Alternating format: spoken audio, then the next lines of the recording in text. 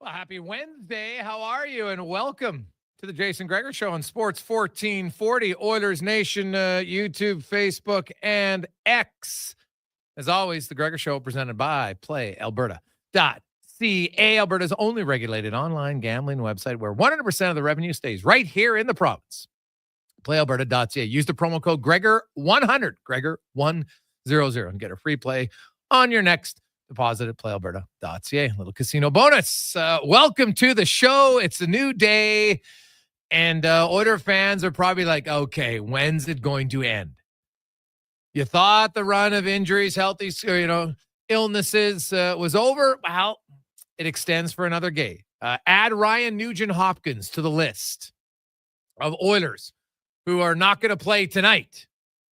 Nugent-Hopkins, Connor McDavid, Leon Draisaitl, Matthias Ekholm, Stuart Skinner, Trent Frederick, John Klingberg, Evander Kane, out. Now, I'm not sure Klingberg would play in the playoffs anyway, but the other guy sure would.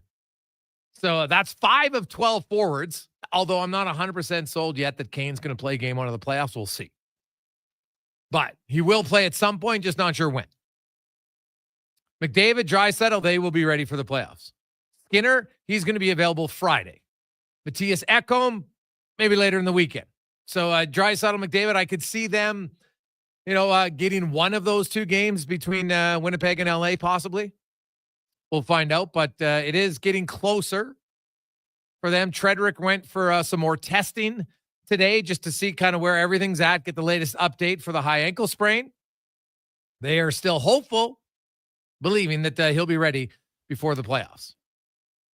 And I know there's some concern. I guess if you are a glass quarter full type person or you're a pessimist, you're like, but the Oilers haven't clinched, Gregor. You can't say playoffs. Well, I can say whatever I like. That's the wonders of free speech. But I'm also a realist, and I look up history and I look up numbers. No team in NHL history has made up a 6-point gap to make the playoffs in the last 5 games of a season. Okay? It's never happened, ever. Yes, the Oilers are banged up. Yes, they're taking on one of the hottest teams in the NHL, the St. Louis Blues, tonight. The odds don't look good. They'll win the game. That I can agree with. That doesn't mean they won't win. But the Oilers would really have to tank here down the stretch to get passed by the Calgary Flames. I'll tell you this. The Edmonton Oilers, whatever happens tonight, they're going to get some guys back. They'll beat the San Jose Sharks on Friday. And then everybody will calm down. The Winnipeg Jets, hey, they might have first place wrapped up by the time they play the Oilers. So we'll see. They might be resting Hellebuck. We'll find out. But I wouldn't get that concerned about the Edmonton Oilers and the fact that the Calgary Flames would pass them for a playoff spot. The Flames got to win a lot of their games. They play the Kings. They play Vegas. They play Minnesota. And by the way, speaking of injuries, the Minnesota Wild. Now, if there's a fan base that relates to the Oilers right now, it's probably the Wild. They have had Brodin, and they have had Kaprizov, and they have had Eriksson Ek and Middleton. Lots of key guys out for a long time. But tonight, they're going to get a few of them back. Kaprizov and Eriksson Ek in the lineup for those of you who play fantasy hockey. Kaprizov and Eriksson Ek. Kaprizov, 1.46 points per game so far this year. When he's in, that is a massive, massive boost to the Minnesota Wild. Now, hey, I hope the Wild and the Flames win tonight. Wild are hosting San Jose. The Flames are in Anaheim. Because then Friday night's game is a massive game. If you believe that the Flames have a chance. Because if both Minnesota and Calgary win tonight, they'll go to Calgary on Friday. Minnesota will have 3 games left. The Flames will have 4. And Calgary will be 4 points back of the Wild. And they go head-to-head. And for Calgary to have any chance to catch Minnesota, you got to win that game in regulation. You can't win it in overtime or a shootout because then you only gain 1 point. And then, even if you win your game in hand, guess what? You're still back in them. You actually then would be 3 points back. So, not ideal. Right now, they got 1 game in hand in Minnesota. Even if they win their game in hand, they're going to need some help. Right? If Minnesota can win 2 games, the Flames got to go 4-1 in their 5. So, it's not that easy.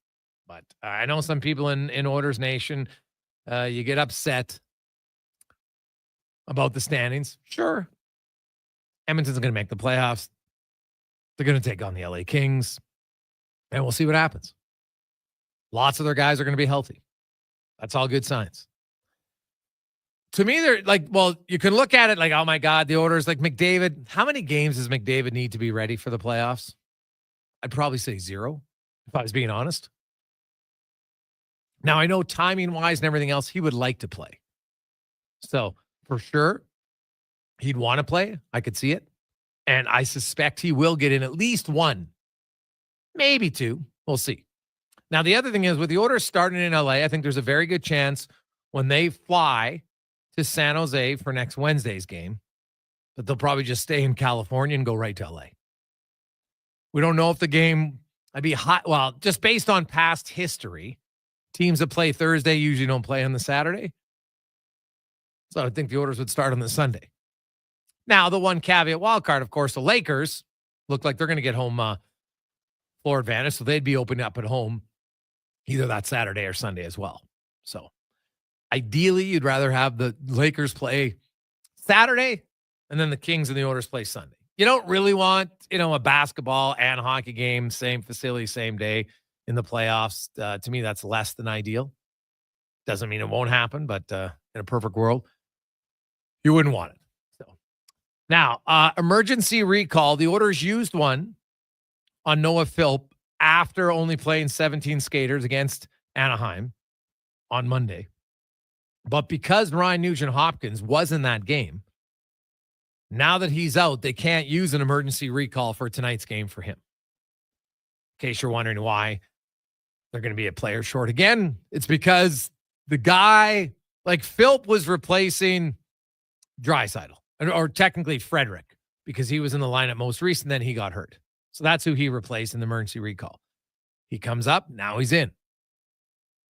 Now, Nugent-Hopkins gets sick, not hurt, sick.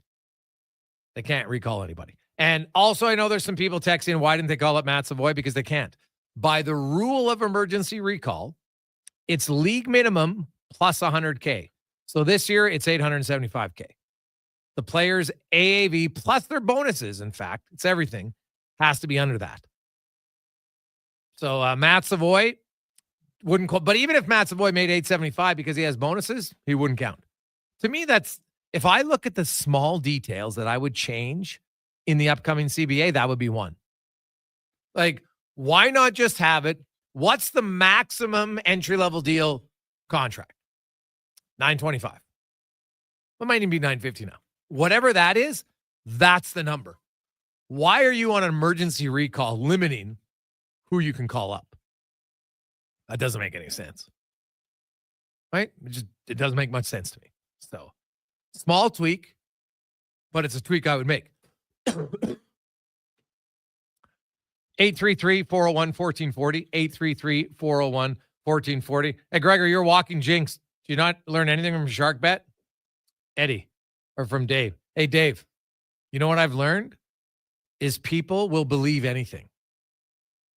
Thinking that if you say something on radio, it's going to impact the game, right? And most people like yourself, Dave, only the one time, Gregor made and I made a fun little wager. How many times have I said the Oilers are going to win and they've won? So what does that mean? How many times have I said they'll lose and they win? Vice versa.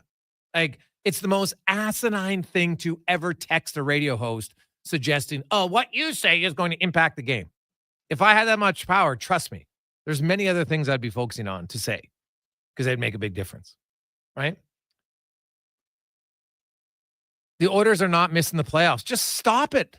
Like, it's somewhat embarrassing. No offense. It's somewhat embarrassing for someone to claim that the Oilers are going to miss the playoffs. Like, seriously, people, look up history. Look up reality. Right? That's all you got to do. Just look up reality. So, there you go. And Devin Shore, former Oiler, unfortunately for him, he is going down to the minors, him and Brandon Gaunce, as Kaprizov and Eriksson Ek both recalled officially and activated, not recalled, but activated by the Minnesota Wild. Other things that you don't see very often in the National Hockey League. Well, in fact, you've never seen it ever in your life, and you might not ever again. The Vancouver Canucks, who are going to miss the playoffs, by the way. But they kept their mathematical hopes alive last night. As they were trailing 5-2, they scored 3 goals in the final minute. The first time ever in NHL history, a team has overcome a 3-goal deficit in the final minute of the game. They scored with 60 seconds left, scored with 27 seconds left, and then they scored with 5 seconds left. And then they won it in overtime. Like, if you're a Canucks fan, this season has stunk. You go from winning the Pacific Division to missing the playoffs, probably going to finish 10th, I guess maybe 11th if Utah passes them. We'll see. But for one night, Canucks fans should be happy. Now, the Dallas Stars, I would say now it's pretty much a foregone conclusion that they are going to take on Colorado. There was a slight glimmer of hope there for a second, but they got 4 games remaining, as do the Jets. They're 4 points back. And Winnipeg would really kind of have to tank here. Winnipeg wins a game. The Stars then got to go 3-0-1 to get in. Possible, sure. I would say rather unlikely. And now the Jets, will they keep playing Hellebuck? Probably. I don't think they're suddenly going to sit him down a whole bunch. But it will be interesting to me to see kind of what the Jets do down the stretch with their goaltender. Because when you haven't, had the success that you would like, I think if you're Winnipeg, and now how much of it is tied into rest, some would say nothing. But it's an interesting one to watch for me. For the Jets, who, of course, now they do take on, they've got Dallas tomorrow night. Then they got Chicago. Then they got the Oilers, and then they got Anaheim. So not an overly tough schedule for the Jets. And you beat the Blackhawks, you beat Anaheim, you're pretty much fine and walking into the postseason. 833-401-1440, 833-401-1440. Hey, Gregor, is the reason they aren't LTIR and Klingberg because of how banged up Bakersfield is? Could LTIR Klingberg and use regular call-ups otherwise? No. You cannot put a player on LTIR unless they are going to be on LTIR for 24 days and miss 10 games. So the orders, even if you put Klingberg retroactive, it wouldn't fit into either category. So doesn't matter, can't do it. And that's why. So whether like even Ekholm, in theory, because Ekholm, you could put him on LTIR for the 10 games, but he wouldn't be out 24 days. It has to be both. It's not one or the other. It's 24 days and 10 games. That's how long you have to be out if you're placed on LTIR. And so even if you do it retroactive, it would have to be fall into both categories, and none of those guys for the orders do it. Otherwise, they would have already done it here. So we'll see. Hey, Greg's, all these guys saying the Oilers will miss playoffs. Maybe put their money where their mouth is. Put $100 in the Flames to make the playoffs. Otherwise, sit down. From Corey. Well, Corey, now you're asking people to back up their opinion. Ooh, that's a little bit easier. It's the greatest example I can use is all the people who are like, fire McTavish. I'm going to hit like on the Facebook group. I'm going to hit join the group. Okay, now we're going to have a rally. They had 8,000 people online from the comfort of their home that took 1 second to hit thumbs up. And then how many showed up at their rally? Was it 4? There's a lot of people who like to complain from the comfort of their phone and the comfort of their home where it doesn't require any actual effort on their part. And definitely when they don't have any skin in the game, they'll do it all day long. So, Gregor, why can't you just LTR Klingberg retro and leave him on until the criteria is met? Well, that doesn't work because the criteria isn't met. It has to happen during the regular season. So, it would have to happen when they had 10 games left and 24 days left in the regular season, which cannot happen. So, there you go. Hey, boys, what do you think the lines are going to be tonight? Good question, Dan. So, Nugent Hopkins was playing with Podkolzin and Arvidsson. I'm just going to guess Noah Phillips slides there. You keep Janmark with Brown and Skinner. You have Henrique with Hyman and Perry, and then you just throw in Noah. Now, the lines are going to change lots. There's 11 forwards. Kapanen's going to play some shifts there, but I guess they could put Kapanen at the up in Nugent Hopkins spot with Arvidsson if they wanted to, but he's not a natural center iceman. Doesn't take a ton of draws. So, Noah Philp can do that. So I would guess you're going to see Philp there, but again, we're going to see probably quite a few different combinations tonight. No McDavid, no Draisaitl, no Nugent Hopkins. Like, look at the power play. Those are your 3 top forwards gone. So now you have a whole different forward alignment in the middle of the ice. Hyman's still the net front presence. So you have Skinner. You'll have Henrique. And probably Arvidsson, I would think. Right? Arvidsson, he can one-time the puck as a right shot guy. Henrique's played a lot of power play, as is Jeff Skinner. That would probably be my guess as the 3 forwards along with Hyman and Bouchard on the first unit power play. Now, the second unit power play after that, what are you putting out there? Well, Kapanen for sure. Corey Perry. Connor Brown is getting some time. Heck, maybe it's Noah Philp. It's probably not going to be Janmark. It's probably not going to be Jones. Probably not Podkolzin, so I'm going to guess maybe Noah Philp. At least he did in the minors. So, or they just might go with 3 forwards and have Wallman and Nurse. That probably makes even more sense. Wallman, Nurse, Perry. God, who am I? Kapanen. Still, then I still need another forward, so it's probably Philp. So, yeah, they're going to, hey, you know what? Guys are going to get opportunities. And as we saw against Anaheim, not as good of a team as St. Louis, obviously. They generated some shots, not a ton of high danger chances. But if Edmonton's going to win tonight, they can't gift any goals. It's just that simple. They cannot gift any goals. Hey, Gregor, what's with McDavid's injury? He's gone from day to day to out on your my pool. Well, probably because your pool is just catching up. McDavid's now missed 9 or 10 games. It should probably be more than day to day, right? He's been out for multiple weeks. McDavid is flying around in practice again today. I think McDavid, I wouldn't be surprised if you see him against LA, maybe Winnipeg. But yeah, you're going to see him before the end of the regular season. Not 100%, but I think pretty good chance you'll see him. 1 game, maybe 2. The Oilers don't have a ton of extra bodies. So now, if they're all healthy, well, then they would for sure. But it's not like you have a boatload of extra bodies, even when everybody's healthy, the way they're going right now. So.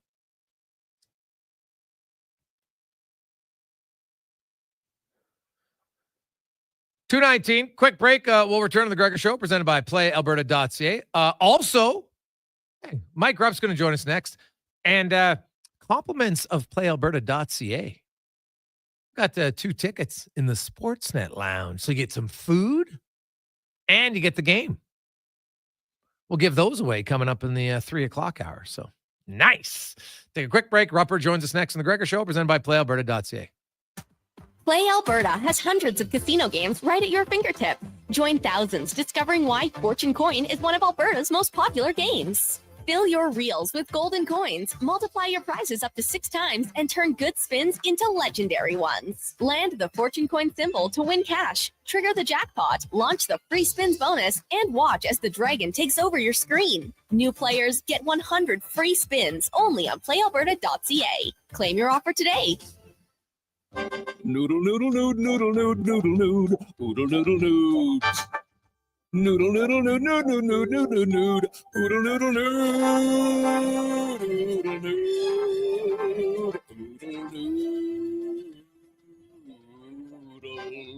nood, noodle, noodle, nood, noodle, nood, noodle, nood, oodle, noodle, nood. Noodle, noodle, nood, nood, nood, nood, nood, nood, oodle, noodle, nood. Throw the load down to Oodle Noodle tonight because dine-in is open. Mr. Rooter hits the link. So I tell the guy it's leaking because you have a hole in one. Hey, Mr. Rooter, you have a better chance of hitting the green with a crescent wrench, you bum. Oh, boy. It's my rival, Mr. Plunger. You swing a club like you plumb. Lousy. Lousy, eh?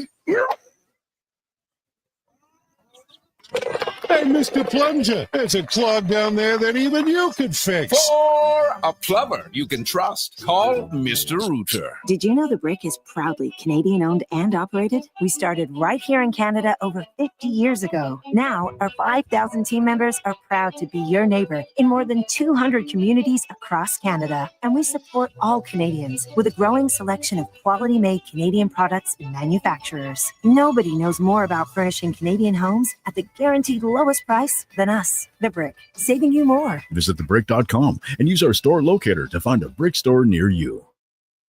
If you or someone you care for are injured in a motor vehicle accident, please listen up. I'm Grant Fedoruk from Leading Edge Physiotherapy, and let me proudly say that we won't be the place your insurer tells you to go. We won't be the place because we don't sign agreements with the insurance company. We don't work for them, we work for you. We do want to be the place that your friends, family, and other medically trained professionals send you. So if your insurance company says that you have to see their therapist, you should know that's not true. You have the right to choose where you go, and we hope you choose us. LeadingEdgePhysio.com.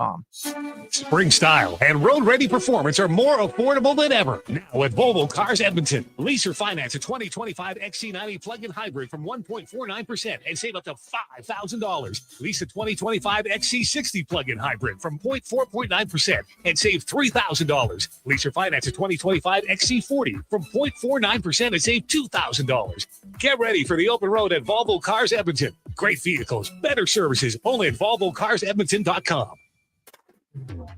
Find the perfect tractor for any job at Edmonton Kubota. Their massive selection of compact tractors has something for everyone, whether you're tackling small tasks or big projects. And right now, take advantage of 0% financing for up to 72 months. It's never been easier to get the power and reliability you need.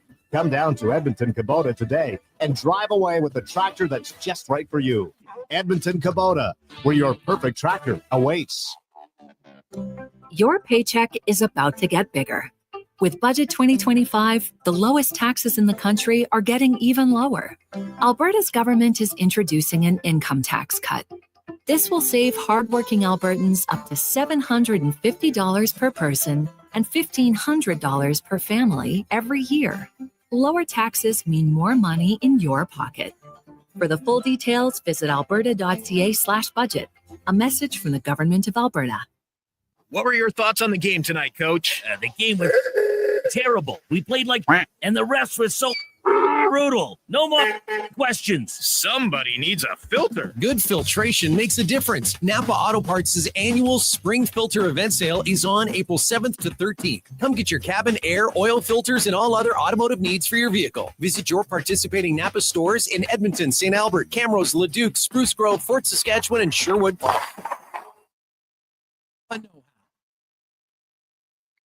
Portions of this hour brought to you by eWell. Get your power play amped up with eWell, supplying the city of champions in Alberta with quality electrical gear since 1975. eWell.ca is your partner in power. The Jason Gregor Show, the best of Edmonton sports talk and beyond. This is Sports 1440. Presented by PlayAlberta.ca, Alberta's only regulated online gambling website.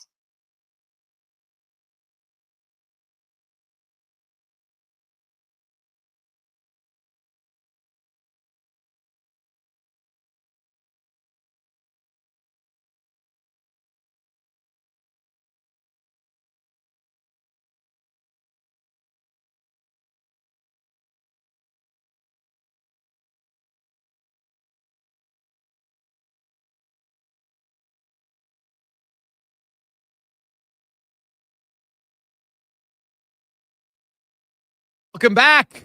It's the Wednesday before the Masters, the par 3. It's going. I don't even know who won the par 3. I know people, it's almost like you don't want to win the par 3 because no one's ever won the par 3 and won the Masters in the same year. Con, so who's winning the par 3? I don't even know. Anyone? Maybe it doesn't matter. It's not something I really worry about myself either. Well, but you should because then you never pick that guy to win the Masters. Well, and what if he's due? I don't actually. I brought it up here. I'll take a look very quickly. Oh, okay, you try to find it. Try to find it before the next segment. We'll see who's leading, if it matters or not. They have their kids and their wives and their girlfriends out there caddy and help them out. It's a very relaxing time.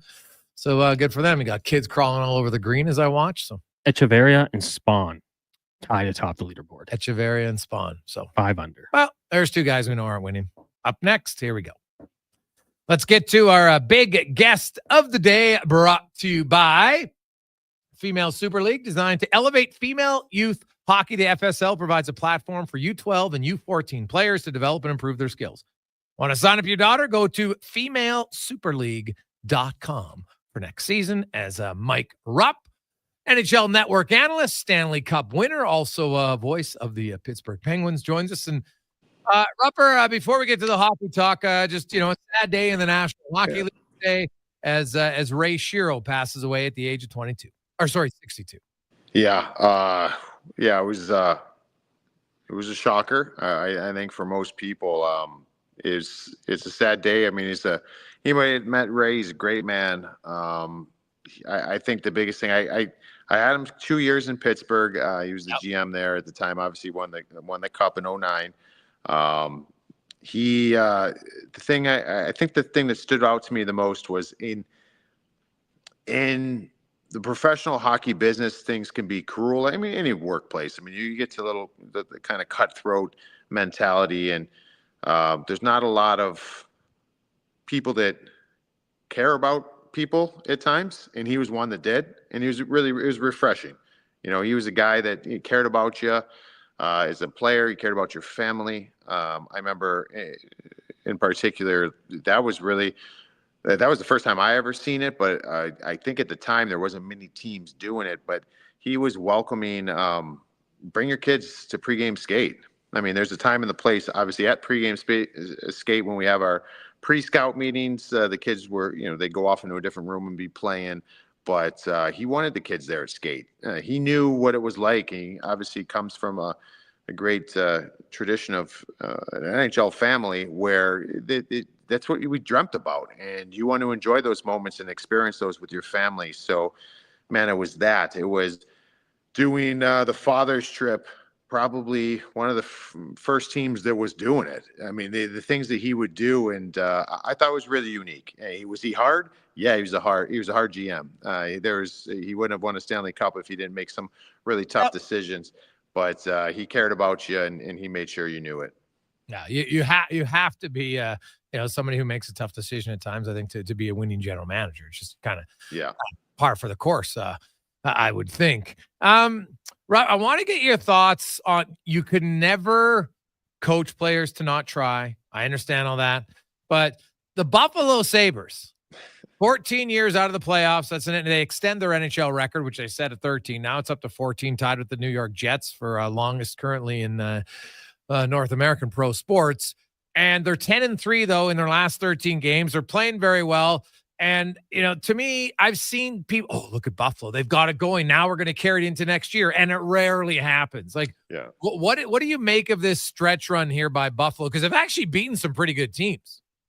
Yeah. So, I mean, I think the first thing to point out is this isn't a bad thing, right? Like, it's not bad that they're playing well right now. And I think that's something, I mean, we have a lot of people, me being one, where kind of like, I don't take it that seriously of what they're doing right now to really see who they are as a team. I think we had 60 games prior to kind of see that. We knew there's talent there, but this is much better than them losing all the games down the stretch. So I think that's first and foremost. But I also don't put a ton of stock into it as far as moving forward, to your point. Like, very rarely do these things continue into the next season. I mean, quite frankly, that's been this team for a few years now. Like, I'm pretty sure if you go back the last 3-4 years and you add up their remaining 20 games of each season, that record is going to be pretty impressive. Now, what does that mean? I don't really know. I mean, there's certainly talent there. I don't think anybody's ever questioned that. So I think the big thing is for that franchise to learn from that past and not approach this summer as we're right there, because I don't think they are. Oh, yeah. No, I think they got to make some significant changes. Do you think the organization does? Yeah, no, I agree with that. I mean, there's the biggest thing when I watch them, it's I hate to say it because it seems like such an indictment on so many people, but it's a culture thing there with learning how to win. They don't know how. I mean, there's having the right veteran leadership in there. I mean, you just got to be careful. I mean, hey, listen, like, people in Edmonton know. I mean, you just can't just throw talent out there. And there was those years where you had a lot of talent on the team.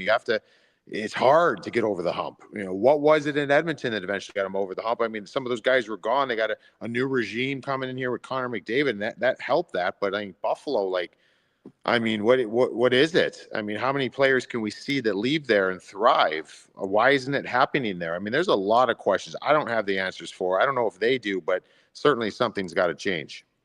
Yeah, I just wonder if the owner has an appetite. I've heard the owner's been heavily involved in some decision-making for draft picks and other things that have gone haywire. So usually when that happens, Ruppert, there's an issue. So until the owner wants to look in the mirror, it might never change in Buffalo. That's just a fact, right? Because if you can't get hired to make your own decisions as a manager and you got to trust a guy who has no hockey background, your odds of success are pretty low. So I'll take it one step further.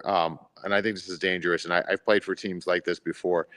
When you are around the same guys all the time, we talk about how close-knit teams are, locker rooms, the players, all that stuff. If the owner of the team meddles, is involved too much from the hockey ops side, players know that. And all of a sudden now there's no credibility for the guys that are in place in hockey ops. And you're never going to get the guys. You're never going to be able to squeeze them. You're never going to hold them accountable because it's a broken system. You have to have guys in there where the best owners in sports, I mean, I don't want to say that aren't there. This is their team. They could be around, but they don't get involved. Don't get involved. Hire the right people. Let them run it.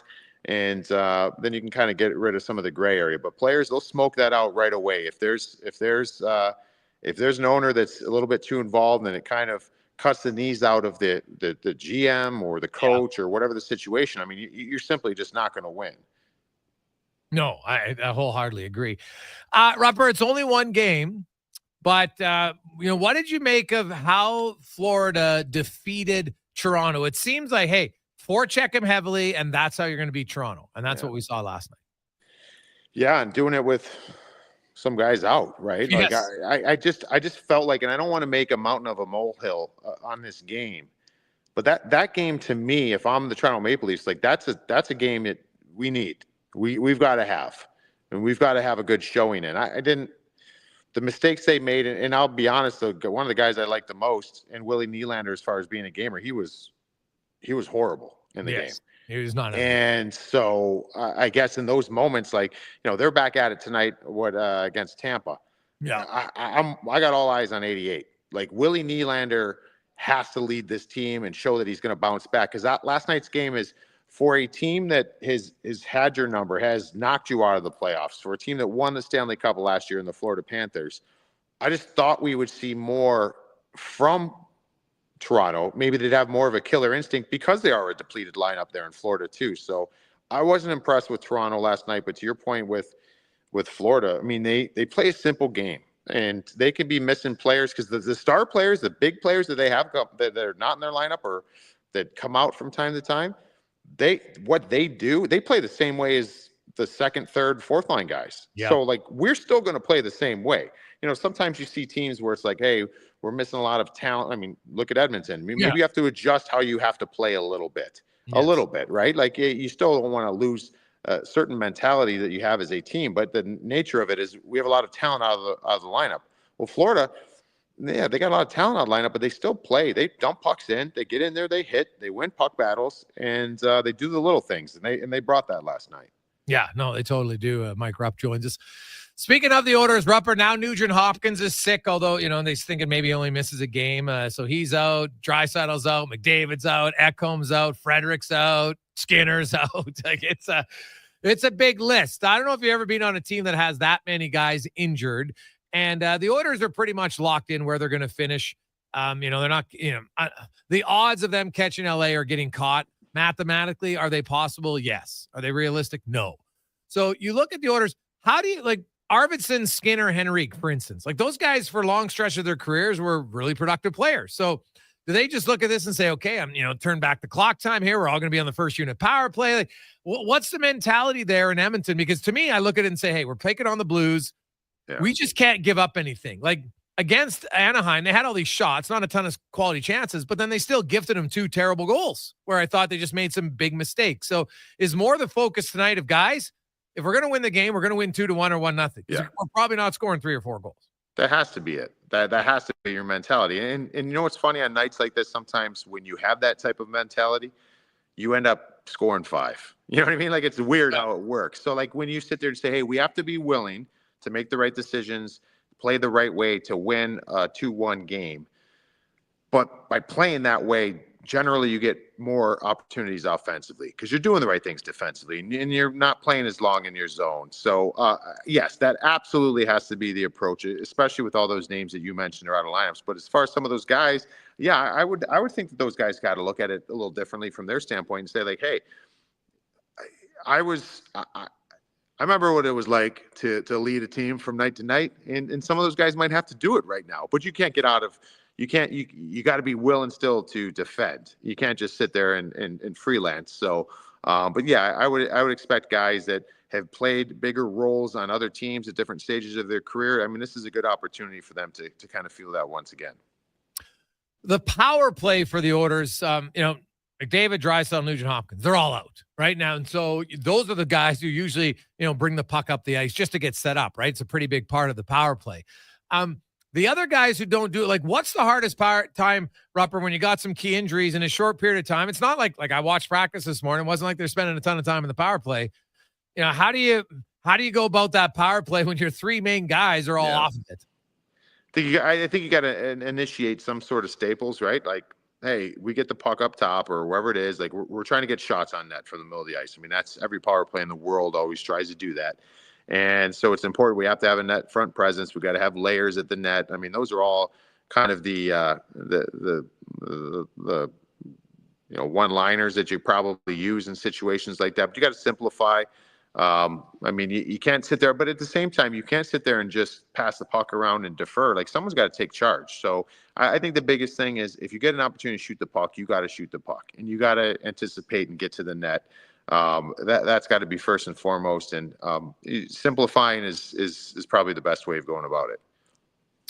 Mike Rupp joins us here on Sports 1440, Oilers Nation, YouTube, Facebook, and X. And Rupper, with the loss last night, that crazy loss for Dallas, it pretty much punches the ticket they are going to take on Colorado. Gabriel Landeskog, conditioning stint in the American Hockey League. What kind of expectations, if any, should people have for Landeskog when he comes back and if he gets into the NHL playoffs? I don't think anybody should have any expectations. And I don't think that we should do that to him. I think he puts enough pressure on himself. I mean, you hear some of the stuff that I know they're doing the documentary with him, some of the interviews, like, this guy's put a lot on himself, a lot of resources of his own. I mean, there's a lot of pressure there. I don't, from what we're seeing, we haven't seen anything done like this before with the success rate. I just think that the best thing, and the way I approach it, I love Gabe. Gabe's a throwback, and I love old school guys like that. I love what he brings. I have zero expectations. I hope it works out. I hope this guy gets back in the lineup there, and this team can potentially go on a run. And we know how important he is to that hockey club. But I more or less just want to see him go down there, play a game, and the biggest thing is being able to recover for the next game. That's where it's going to be at. I mean, you sit there and you look at some of these things. He's gone through so much to get where he's at now. Well, the end result isn't, I mean, maybe it is for him. I'm just thinking to myself, like, it's not to play in the game, like one game. Like, this is where the struggle is. This is how hard it is. That's why I don't have expectations with it. Is in a much smaller scale. This is what I was dealing with this my last couple of years of playing, where I had a knee injury and I was in a bad shape. It's like I would be off I didn't play for 6 months, 7 months. And then I work myself back. This is the best I'm going to feel. I play the game, and I felt great in the game. Then I woke up the next morning. I couldn't get out of bed, and then it took 10 days to get back to that same point that I was for that first game. And that's where the struggle is. Okay. Can he play? And there's enough meat on the bone for him to deal with that. Can he play this speed? I mean, it's a fast game. 3 years is a long time, but it's, can he recover? And the type of year, or where he's coming back in the time frame of the year right now, I mean, you got to come back in 48 hours and play again. Like, I don't have expectations. If he does it, I will be elated. I will be excited. But I think right now I just kind of want to give him his space and see what he can deal with. Yeah, it is less than ideal. There's no question about that. So it will be fascinating to see what he does. I think it's a story that a lot of people are rooting for to kind of see what happens and where they go. And when he comes back in, man, like it's going to be an emotional series to begin with. It's Dallas, it's Colorado. You got the Rantanen factor in there. Then you throw in the Landeskog factor. Maybe Heiskanen's coming back. Like, whew, it's going to be a doozy of a series. No, it definitely could be. I hope I'm dead wrong on this. I hope he's back looking like Gabe Landeskog of old. But I almost can see a situation like Steven Stamkos, kind of knowing that in totally different scenarios, but maybe getting in a game and just providing a spark. And I mean, Stammer, when he came back, how incredible was he for that?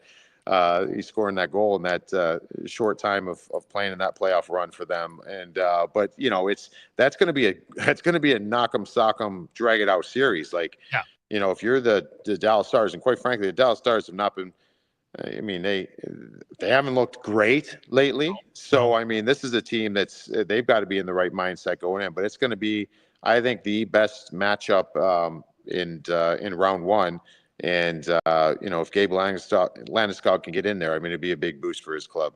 Oh God, it would be massive. And lastly, the Montreal Canadiens, Rupper, looks like they've all but punched their ticket to the playoffs. They got an 8-point lead on the Rangers, 8 points up on the Detroit Red Wings. They each have 5 games to go, so it's pretty much a foregone conclusion in my books. Do you see Laviolette gone in New York? And then conversely, do you give Montreal much of a chance against Washington if that's who they're going to face? Yeah, I mean, I think Lavi and the coaching staff in New York, I don't see how they aren't gone, or I don't see a scenario where they come back. And I don't know where the direction is. I don't know what Chris Drury wants to do with this group. It's stale. Are they going to try to keep this? I mean, you don't have a choice in some of these things. Like, you got 4 more years of Mika Zibanejad. You've got to get more out of him. We know what he can be, but he hasn't been that. I mean, they've got a lot of decisions to make. I think that it's one of those situations where when you see a season when across the board, every single player on your roster is having a bad season, players have to wear this. Every single individual player has to wear this too. I'm not giving them a free pass. But when every single player is down, you have to look at the coaching staff in a big way too, because your job is to put guys in positions to succeed or to keep people accountable. Like, if you're not playing well and you keep doing the same things over and over, you need to be out of the lineup. There needs to be some accountability. And right. I don't feel like that's been the case. So I think that he's probably not going to be back for the Rangers. And then Montreal, I mean, Montreal's weird right now. I mean, they're so fun to watch. And I can't really put a finger on what they're doing really well. They have they have the it factor. Like they're finding ways to win hockey games. And as dumb as it sounds, and I wish I could give you more as an analyst in the NHL or a former player, like, sometimes just finding ways to win hockey games is a really good formula. And that's what they've got right now. Like, I don't know what it is. They're getting timely contributions. I say the one thing I really like that they do is Marty St. Louis, I think, has this D-core 1 through 6. They jump in, they get involved, and they're allowed to stay in there. You don't have to be Lane Hudson. You don't have to be Mike Matheson. You could be Arbor Jagai. You could be David Savard. Like, you got the green light to go at the right time. And I think that helps this team score goals at the right time. So they're fun to watch. Do they have a chance? I don't love their chances, but I mean, they've been proving me wrong all year, so we'll see. Rupper, great stuff, man. As always, we'll be talking playoffs with you next Wednesday. Looking forward to it. Have a great day. All right, you too, buddy. That's Mike Rupp from the NHL Network. When we come back, Andy Lindall will talk a little Avs and Nuggets on the Gregor Show, presented by PlayAlberta.ca. Spring, where everything is coming up roses, except for GS Construction. We're heading underground, and we couldn't be happier. Spring is always a busy time of year for everyone trying to get out there and do some work.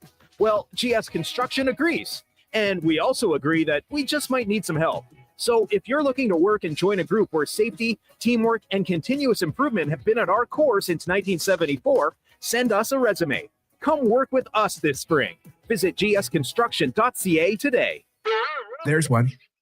And another. No, not spring flowers yet, but rather huge deals. It's GMC's Truck Month at Wolf GMC Buick. Nab 0% financing up to 72 months on our most popular Sierra half-tons, or massive discounts starting at $8,000. Choose your truck from a great selection, like the fabulous all-new Canyon, right up to the trailer-hauling Sierra HD with the industry-leading Duramax diesel. Spring into Wolf GMC Buick today and snag your truck. And see the savings at wolfgmcbuick.com. Getting your vehicle sparkling clean doesn't have to cost a fortune. Take it into Hughes today and pay just loonies a wash. Find us at hughescarwash.com. The job isn't done until the last load is hauled, and having a semi-trailer out of commission is not an option. Whether replacing or adding to your convoy, Edmonton Trailer has a huge inventory of new and used semi-trailers, trusted by the gravel, logging, oil field, fluids, and freight industries. Find a trailer right for you online or at one of their 3 locations. For sales, service, parts, rental, and finance, when you're in it for the long haul, Edmonton Trailer. Portions of this hour brought to you by Sherbrooke Liquor. Sherbrooke is a house of curiosities, a mom and pop, a curated experience that is equal parts wine tasting and 2-4s for May long. See more at SherbrookeLiquor.com. Hat tricks, touchdowns, and home runs. Get it all with the Jason Gregor Show on Sports 1440. Presented by PlayAlberta.ca, Alberta's only regulated online gambling website.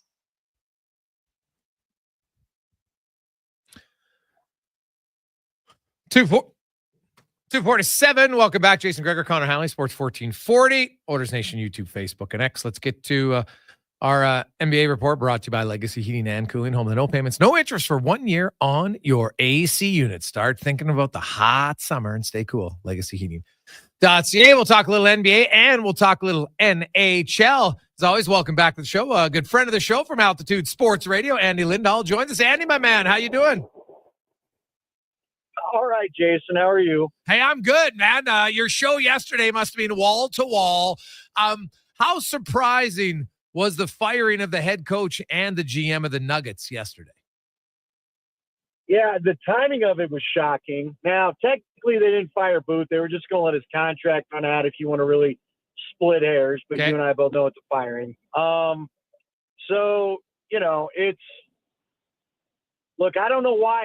Well, I do know why. The Malone thing, Josh, I'll put it to you this way. As we dig into it, was I shocked? Yes. So, of course, you go on answers as to why now.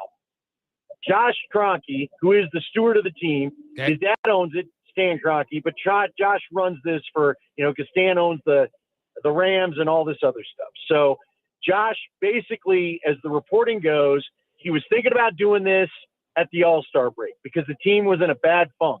Then they went on a win streak. He thought about doing it the year they won the championship. Had they not won the championship, he was going to get rid of Malone then, and of course they go and win the championship. So part of me wonders if Josh was just like, I thought about doing it twice because if Jamal Murray gets healthy and he's right with Nikola Jokic, and in my opinion at least avoid the play-in, which is very much in doubt, but they still could do it, then this team could go on a surprising run, at least to the Western Conference Finals.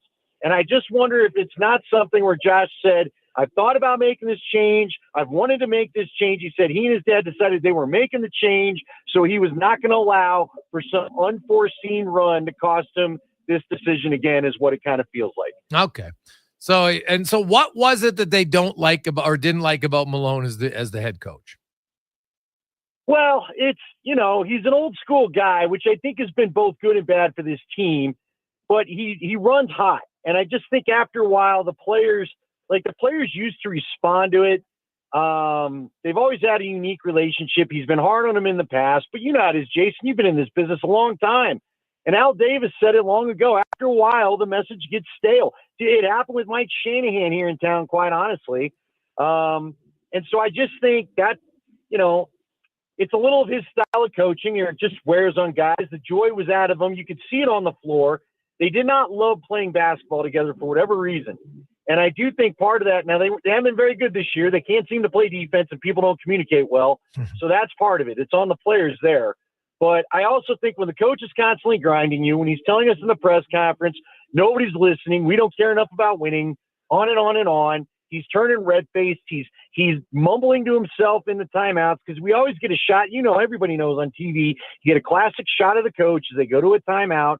We've started calling it this year the Malone rage timeout in the first couple of minutes of a quarter where he doesn't get good defense or they don't play the adjustments, and he takes just this early timeout to yell at them and maybe switch some people in. I just think it all became enough. You know what I mean? Yeah. And you know how it is. Look, teams get tired of it, right? Yeah. So when you look at the change here, like I look at Denver's roster and I wonder, like, man, they got Jokic and Murray when he's healthy. He's a pretty damn good player, but the GM not renewing his contract. I don't know if they've done a great job really surrounding Jokic with a whole bunch of talent here the last few years.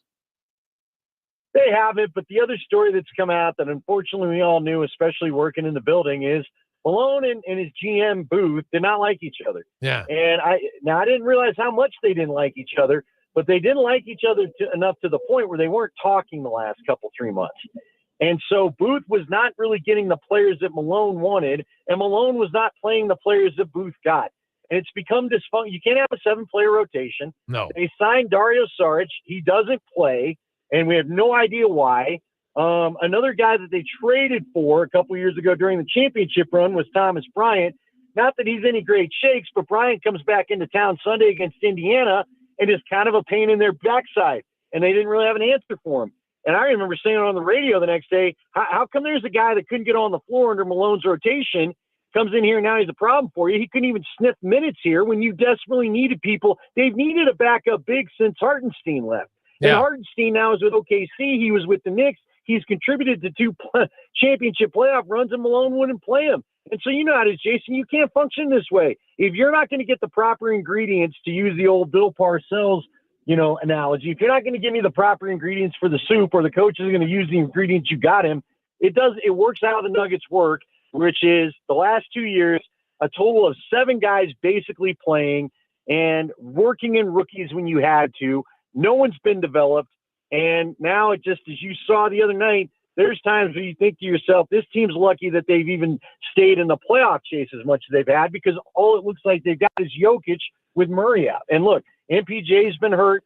He hasn't been the same. Aaron Gordon's been dealing with a calf injury that's clearly serious because it's affected him most of the year.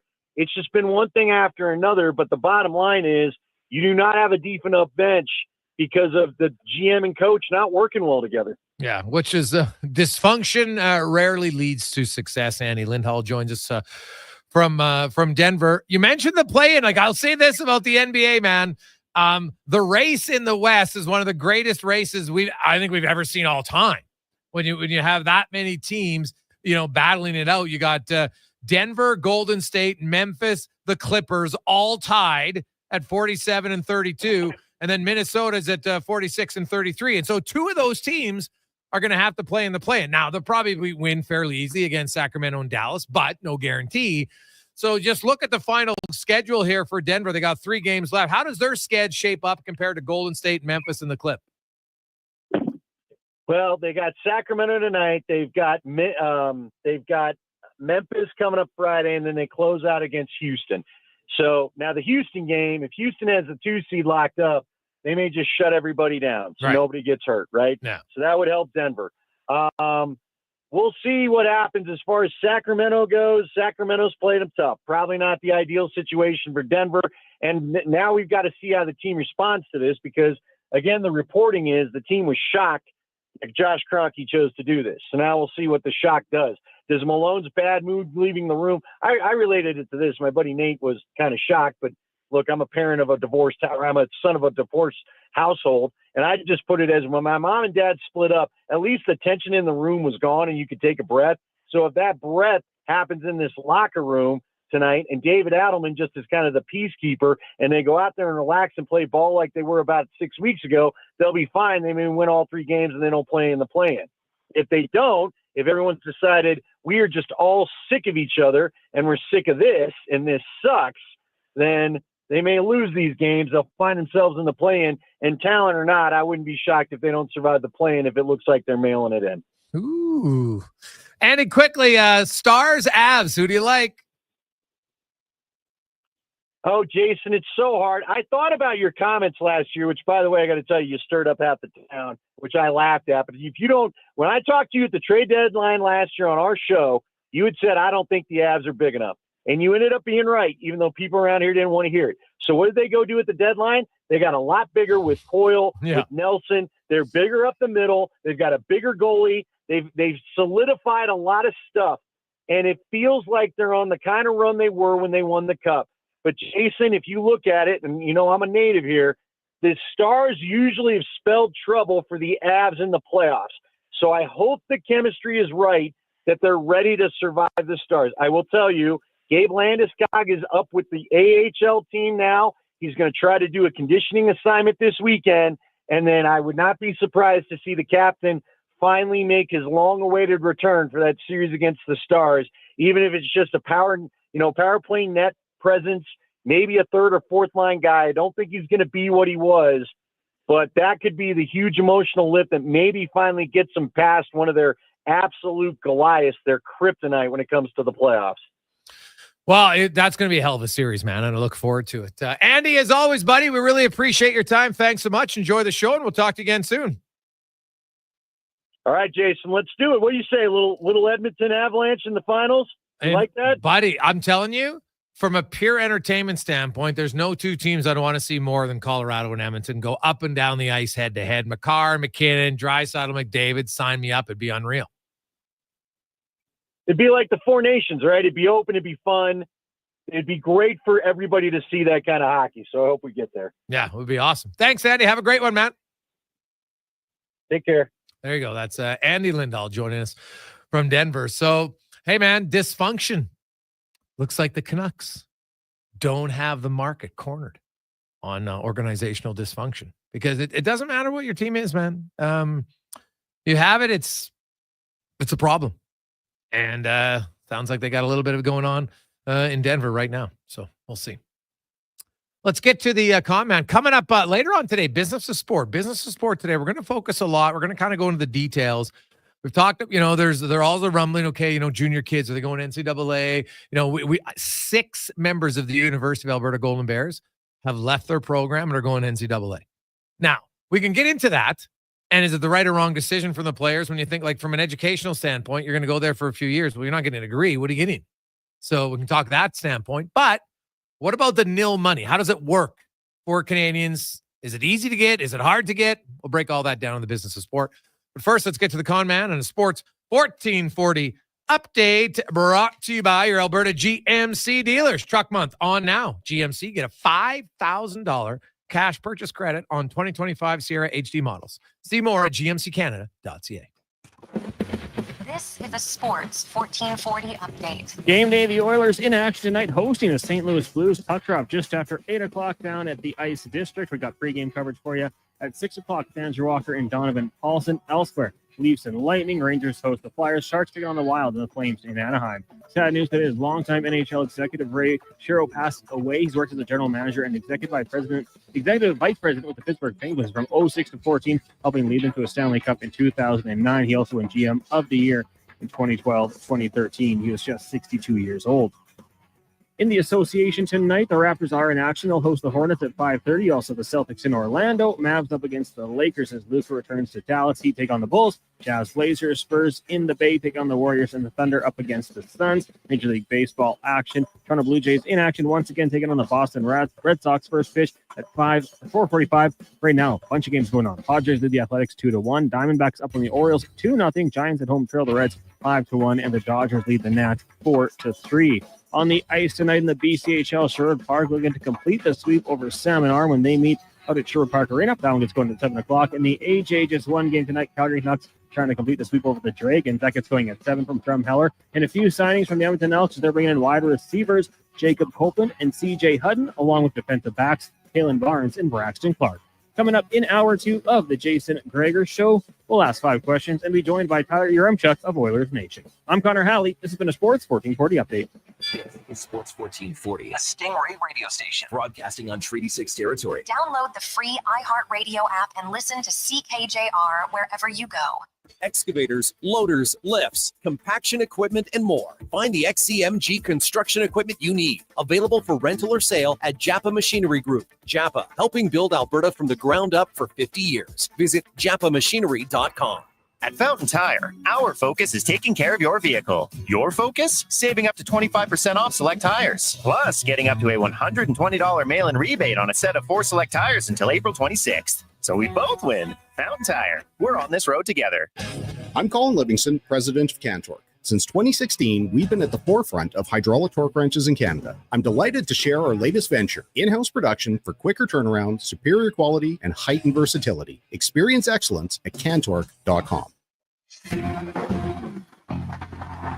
With the lead up to the playoffs underway, players are definitely stepping up their game. And the fans are doing the same. Simple snacks like chips and dip may work at the front half of the season, but now more and more fans are rocking the Wilhauk beef jerky for game time get-togethers. Just make sure you bring enough for everyone if you want to be invited back for the playoffs. Make your next hockey game day a Will Hockey game day with Wilhauk beef jerky, only available in Leduc. Get yours today, because you don't win games with salad. Experience more at the Edmonton Expo Center. Come for Canada's largest trade show, the biggest names in entertainment, exhilarating sporting events, and more. Stay for the experience. But it doesn't end there. Maximize your brand exposure with Edmonton Expo Center's new cutting-edge feature screens, spanning Western Canada's largest venue space. Captivate an annual audience of over 1 million visitors during iconic events like Pro Rodeo, Disney on Ice, Glow, K-Days, and so much more. To learn more, call 780-660-0514 or visit edmontonexpocenter.com today. Blue Jays baseball is back on Sports 1440. This Saturday and Sunday, listen live to the broadcast of Canada's favorite team. Proud to be the home of Blue Jays baseball. We are Sports 1440. Explore beyond the boundaries of capability and value during Truck Month at GMC. Right now, get 0% financing for up to 72 months on the 2025 Sierra 1500 Crew Cab Pro Graphite. With a TurboMax engine delivering 310 horsepower, GMC Pro safety features, including automatic emergency braking, plus a max towing of up to 9,500 pounds. You'll be ready for anything this truck month. Ask your GMC dealer for details. Scott McGilvery here, HGTV host and renovation expert. The one upgrade I know homeowners will love: better, fresher Culligan water straight from the tap. Culligan's Aquasential reverse osmosis filtration system takes your water to the next level. With up to 7 stages of filtration and 14 filter options, they're certified to reduce over 90 contaminants. Your tap water is about to get a major upgrade. Safer water that tastes great. Get started with a free in-home water test at Culligan.com. Culligan, water you love. The federal election is on Monday, April 28th. Make sure you're registered to vote. If you are, you should get a voter information card in the mail. It tells you where and when you can vote. If you don't get one by April 11th, or if the information on it is incorrect, visit elections.ca. For the official information you need to vote, visit elections.ca or call 1-800-463-6868. It's our vote.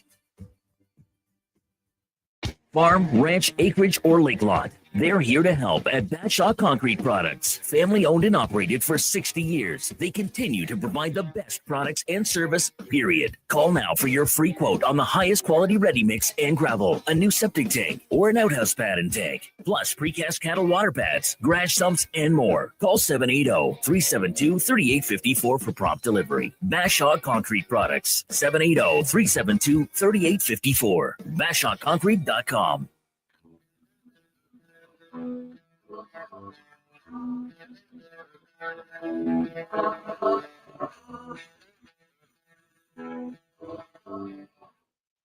Portions of this hour brought to you by Crystal Glass, your clear choice for residential windows, locally manufactured and installed. Crystal Glass provides a beautiful product and incredible customer services for all of your residential needs. Call 310 Glass or visit crystalglass.ca for a quote. From puck drop to kickoff, it's the Jason Gregor Show on Sports 1440. Presented by PlayAlberta.ca, Alberta's only regulated online gambling website.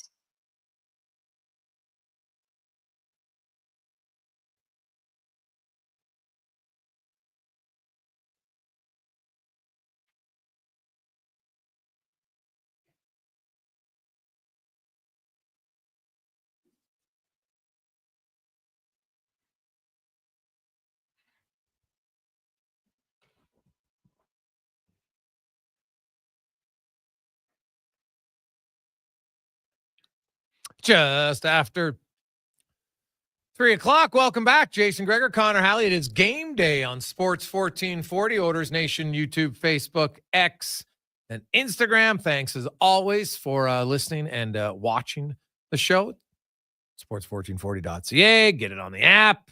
As always, it's presented by PlayAlberta.ca. Get in the game. Use the promo code Gregor100. A new code, Gregor100, will get you a free casino bonus and more at PlayAlberta.ca. Get you a free play on any picks if you like as well. So check it out. We're going to hear from the head coach of the Oilers, Chris Knobloch, coming up. Also, we got Yaremchuk, 5 questions. We'll get to Rich Winter. Chelsea Late is going to join us in the 4 o'clock hour. Wrote a long article about nil, and we're kind of look at the business of sport, and the hockey business could be changing. But will it change as much as people think? Like a lot of times, change is coming, and it is like the most massive potential change, and that's what they focus on. We'll see if it comes to fruition. I think, to be honest, I'm not sure any of us know exactly how it will change. How many more players are going to go to the NCAA? Does NCAA end up being a little bit older? Will we see, like, CIS is definitely being an impact originally, but after a few years, will players be like, I'm not sure that's the best way to go? We'll find out.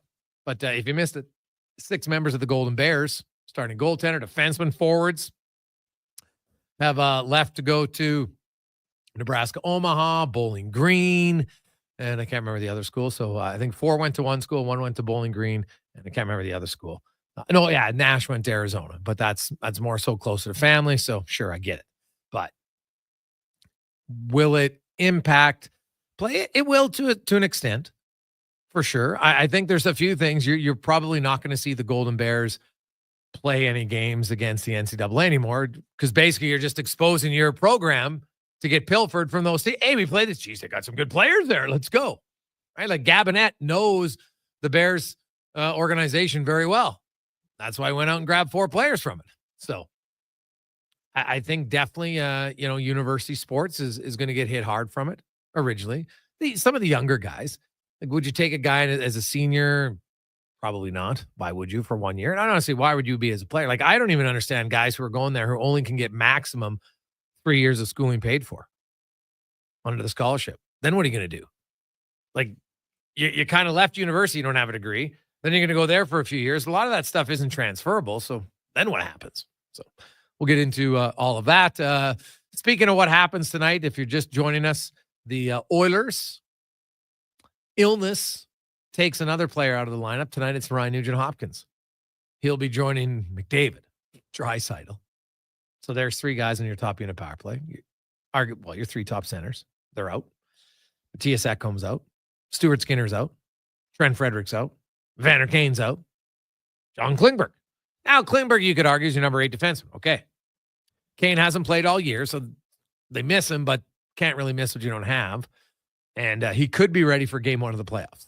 The other guys are all trending to be ready before the end of the regular season. Stuart Skinner, by the sounds of it, he'll be in the lineup, whether it's at least as a backup or starting on Friday against the Sharks. Then you've got the Jets Sunday, LA Monday. I don't think you're going to play McDavid, Draisaitl, or Ekholm back-to-back, but we could see them in one of those 2 games. What's interesting is the Oilers' final game of the season is against the Sharks, and because so many of their top guys have been out, they might play a few of them that game.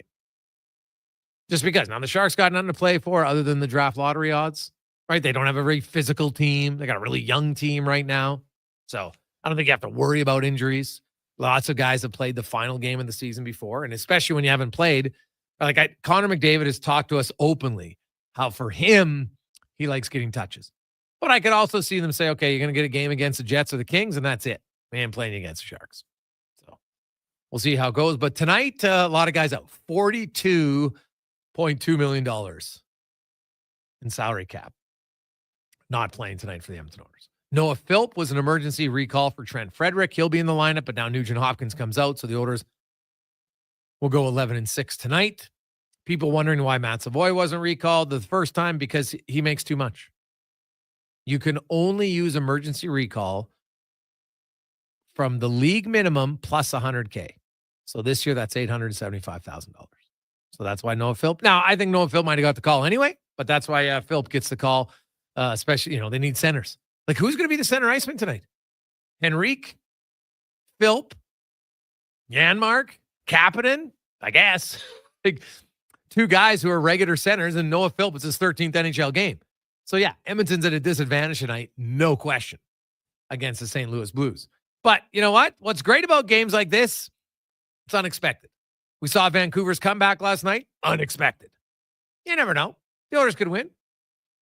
Hey, you watched the Decade of Darkness. You saw some of those lineups. Now, the Oilers' defense is still pretty good. They got 3 of the top 30 scoring defensemen, 5-on-5 in the league.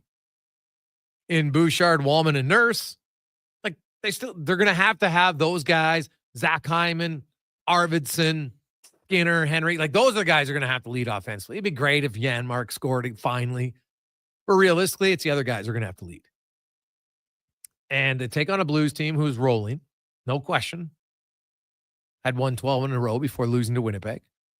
Now, sometimes you finally have that loss. Does it kind of burst the bubble? We'll see. I'm very intrigued by the Blues. They only play 3 games in the next 12 days leading up to the playoffs. So will they be able to kind of carry over that mojo, or does it start to slowly erode? We'll see. Let's get to the oil report, brought to you by Volvo Cars Edmonton. You can lease a 2025 XC90 plug-in hybrid from 1.49% and save $5,000. Great vehicles, better service. VolvoCarsEdmonton.com.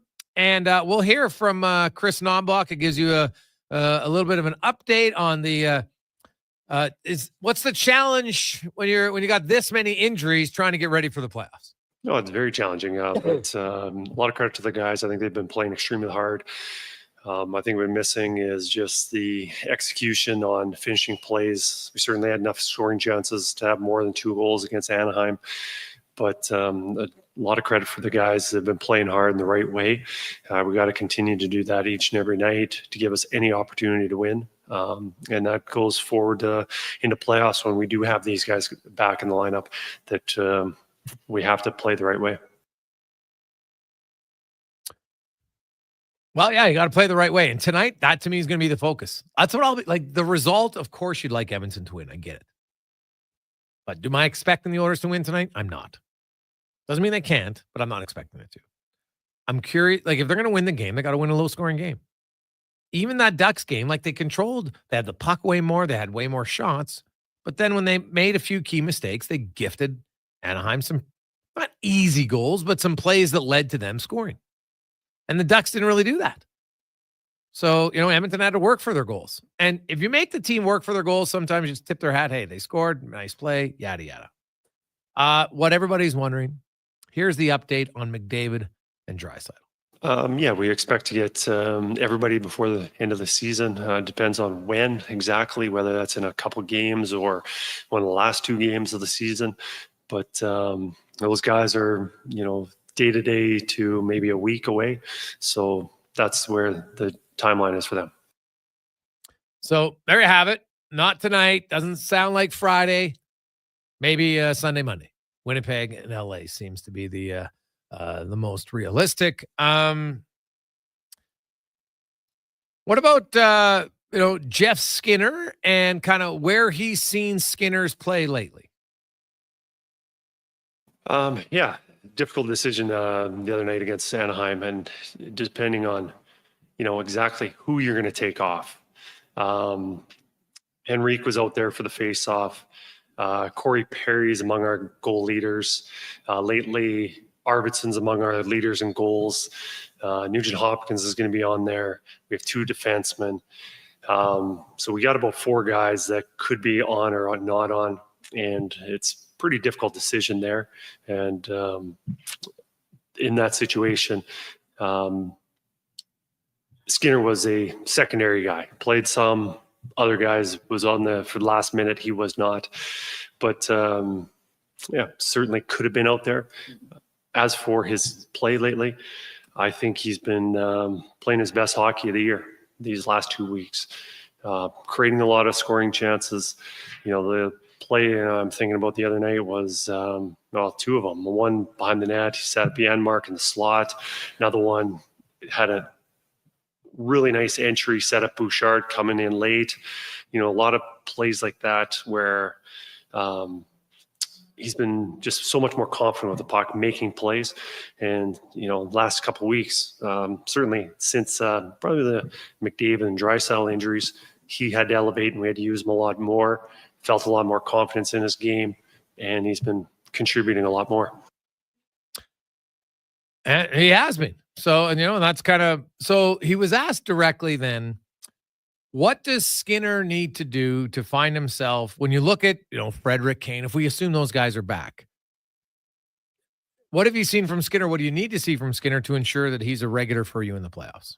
I think he continues to play the way he's been playing the last 2 or 3 weeks, continuing to chip in offensively, and his defensive details have been really good. And, the way he's been playing lately is a pretty good indication of what we need and being an asset for us throughout the playoffs. Well, there you go. So Jeff Skinner playing well. And Zach Hyman talked about just, how's the team managing without their top guys and what has to happen tonight? Yeah, I think we're managing as best we can. Obviously, we don't have the same offensive flair, but you can only control. You can control. I think we're going out there. We're working hard. We're giving ourselves a chance at every game. I think goalies have been good, and we're doing our best. Obviously, we're missing a punch, not just one, but a number of players that are key parts of the team. So there you go. There's Zach Hyman, and you look at the orders tonight. Hey, Hyman's one of the guys. He's got to be your leader offensively. If they're going to to me, if Edmonton's going to win the game, I don't think they can allow more than 2 goals, and maybe only 1. Which I get that's a lot of stress, but that's just a reality. Look at their lineup. Would you expect the Oilers to score 3+ goals tonight? Not saying it can't, but it would be difficult. Hey, Gregor, why haven't we heard why Kane is not going to Bakersfield on a 3-game conditioning stint? Wouldn't that be best for him in the Oilers from Noosa Rupp to Troy? Well, Troy, because he's not ready. It's 100% reason why. He's not ready. He hasn't got the green light yet. They need more battle drills to see just how he's feeling. And so it's not a lock that Kane's going to be ready for game 1 of the playoffs. He might be, but today, which is still another 10 days away, he's not there yet. So that's why you haven't seen. They're not going to send him down where they're not sure about him, and then he gets banged up in the American League. Could you imagine that? So that's why you haven't heard it, and that's why it's not going to happen. I checked on that today because really it wasn't going to happen until tomorrow. Tomorrow would have been the day to do it. And that's why I talked about it for months, and I said, I will ask. I talked to Stan Bowman today on the 9th. Is it realistic? Yes or no? What has to happen? And, Stan said, hey, they never even had that conversation with Kane because he hasn't gotten the green light from the doctors yet. They need more battle drills. Like seeing a guy skating in practice, which Kane has been doing for a few weeks, doesn't mean he's close to playing a game. And this is a good reminder for a lot of people. Skating in practice, one thing. Playing in a game, completely different. Now, how many of you out there can walk around no problem? Now what happens if you run?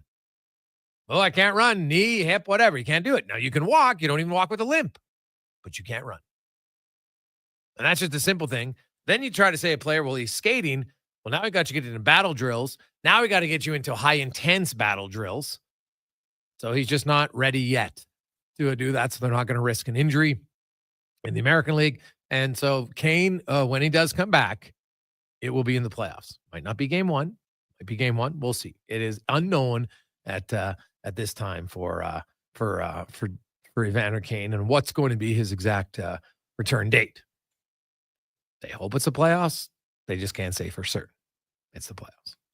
We'll come back with Yaremchuk, and then we'll give away a pair of seats in the Sportsnet Club to go to the game tonight on the Gregor Show, presented by PlayAlberta.ca.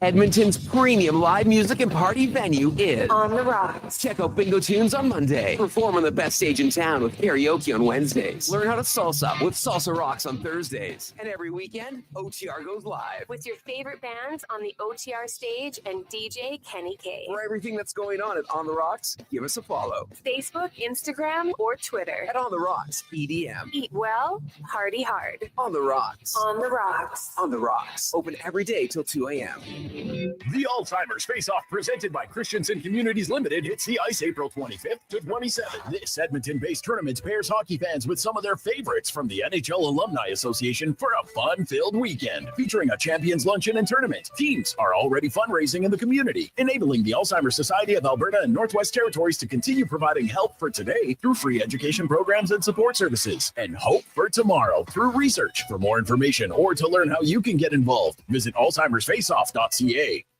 Booster coming at you live with warmer weather, longer days, and dropping 2 new booster mixes for April from Booster Juice. Pucker up, party people! The Sexy Berry Booster Mixer features raspberry and lemon in perfect harmony. Then turn it all the way up with Mango Booster Mixer with delicious mango and pineapple notes. Mix it up with the new Booster Mixers at Booster Juice. Canadian born, blending since 1999. Download the Booster Rewards app and order one today. Legacy Heating and Cooling is the #1 heating and cooling company for people who want heating and cooling, because you'll save a bundle by bundling. Then you can use hot, cold, hot, cold. Come on, thermostat, do what you're told. Turn up the heat, turn up the cold, to the vents start pushing out tornadoes. Bundle my furnace with some AC. Gonna get a new from Legacy! Oh yeah! Save a bundle when you bundle your new furnace and AC from Legacy today. Plus no payments and no interest for 1 year. That's how you build your legacy. Legacy Heating and Cooling. Dang. Last season, you bought new clubs to fix your game. You spent the entire season trying to learn how to hit with your magic clubs. And guess what? Dang. They didn't help your game. Now you're convinced it's your swing. But it really is your clubs. Even though you were told the ones you bought were the best ever made, if they were, you would have gotten better. Every day at Fitted Golf, we continue to prove the right clubs make all the difference in the world. From beginners to pros, Fitted Golf makes all the difference. Yes! FittedGolf.ca. At Papa John's, you get your everyday favorites for just $9.99 each when you order 2 or more items from the Papa Pairings menu. When you order more, you save more. Choose from medium one-topping pizzas, boneless wings, papadillas, breadsticks, cheese sticks, and desserts. It's easy to order all your favorites when they're just $9.99 each. So the next time your friends come over to eat your food, check out the Papa Pairings menu to save. Better ingredients, better pizza. Papa John's. You got a go-to coffee spot, a trusted barber, even a lucky game day jersey. But when it's about looking your absolute best, there's only one name you need. Mr. Dirk. Family run since 1939, we're experts in crafting impeccable tailor-made suits and offering a wide variety of everyday styles. Pair that with personalized one-on-one fittings and the convenience of on-site tailoring. Mr. Dirk elevates your style game. Visit our Edmonton store or explore MrDirk.com. Score big on style with Mr. Dirk. Explore Internet just got 10 times faster. 5G Ultra brings incredible speeds to homes in rural and small town Canada. Upgrade today at xplore.ca. Imagine a family get-together where the smiles are as genuine as the conversations. That's the feeling you get at Nisku Ford, a family-owned dealership where finding a new Ford feels just like catching up with old friends. Stop by the showroom throughout March and April for all the details about Nisku Ford's Keys for 10K giveaway. Just imagine the spring trips, plans, and projects you could pay for. The coffee's on, so drive into Nisku Ford or visit niskuford.ca today. Above expectations.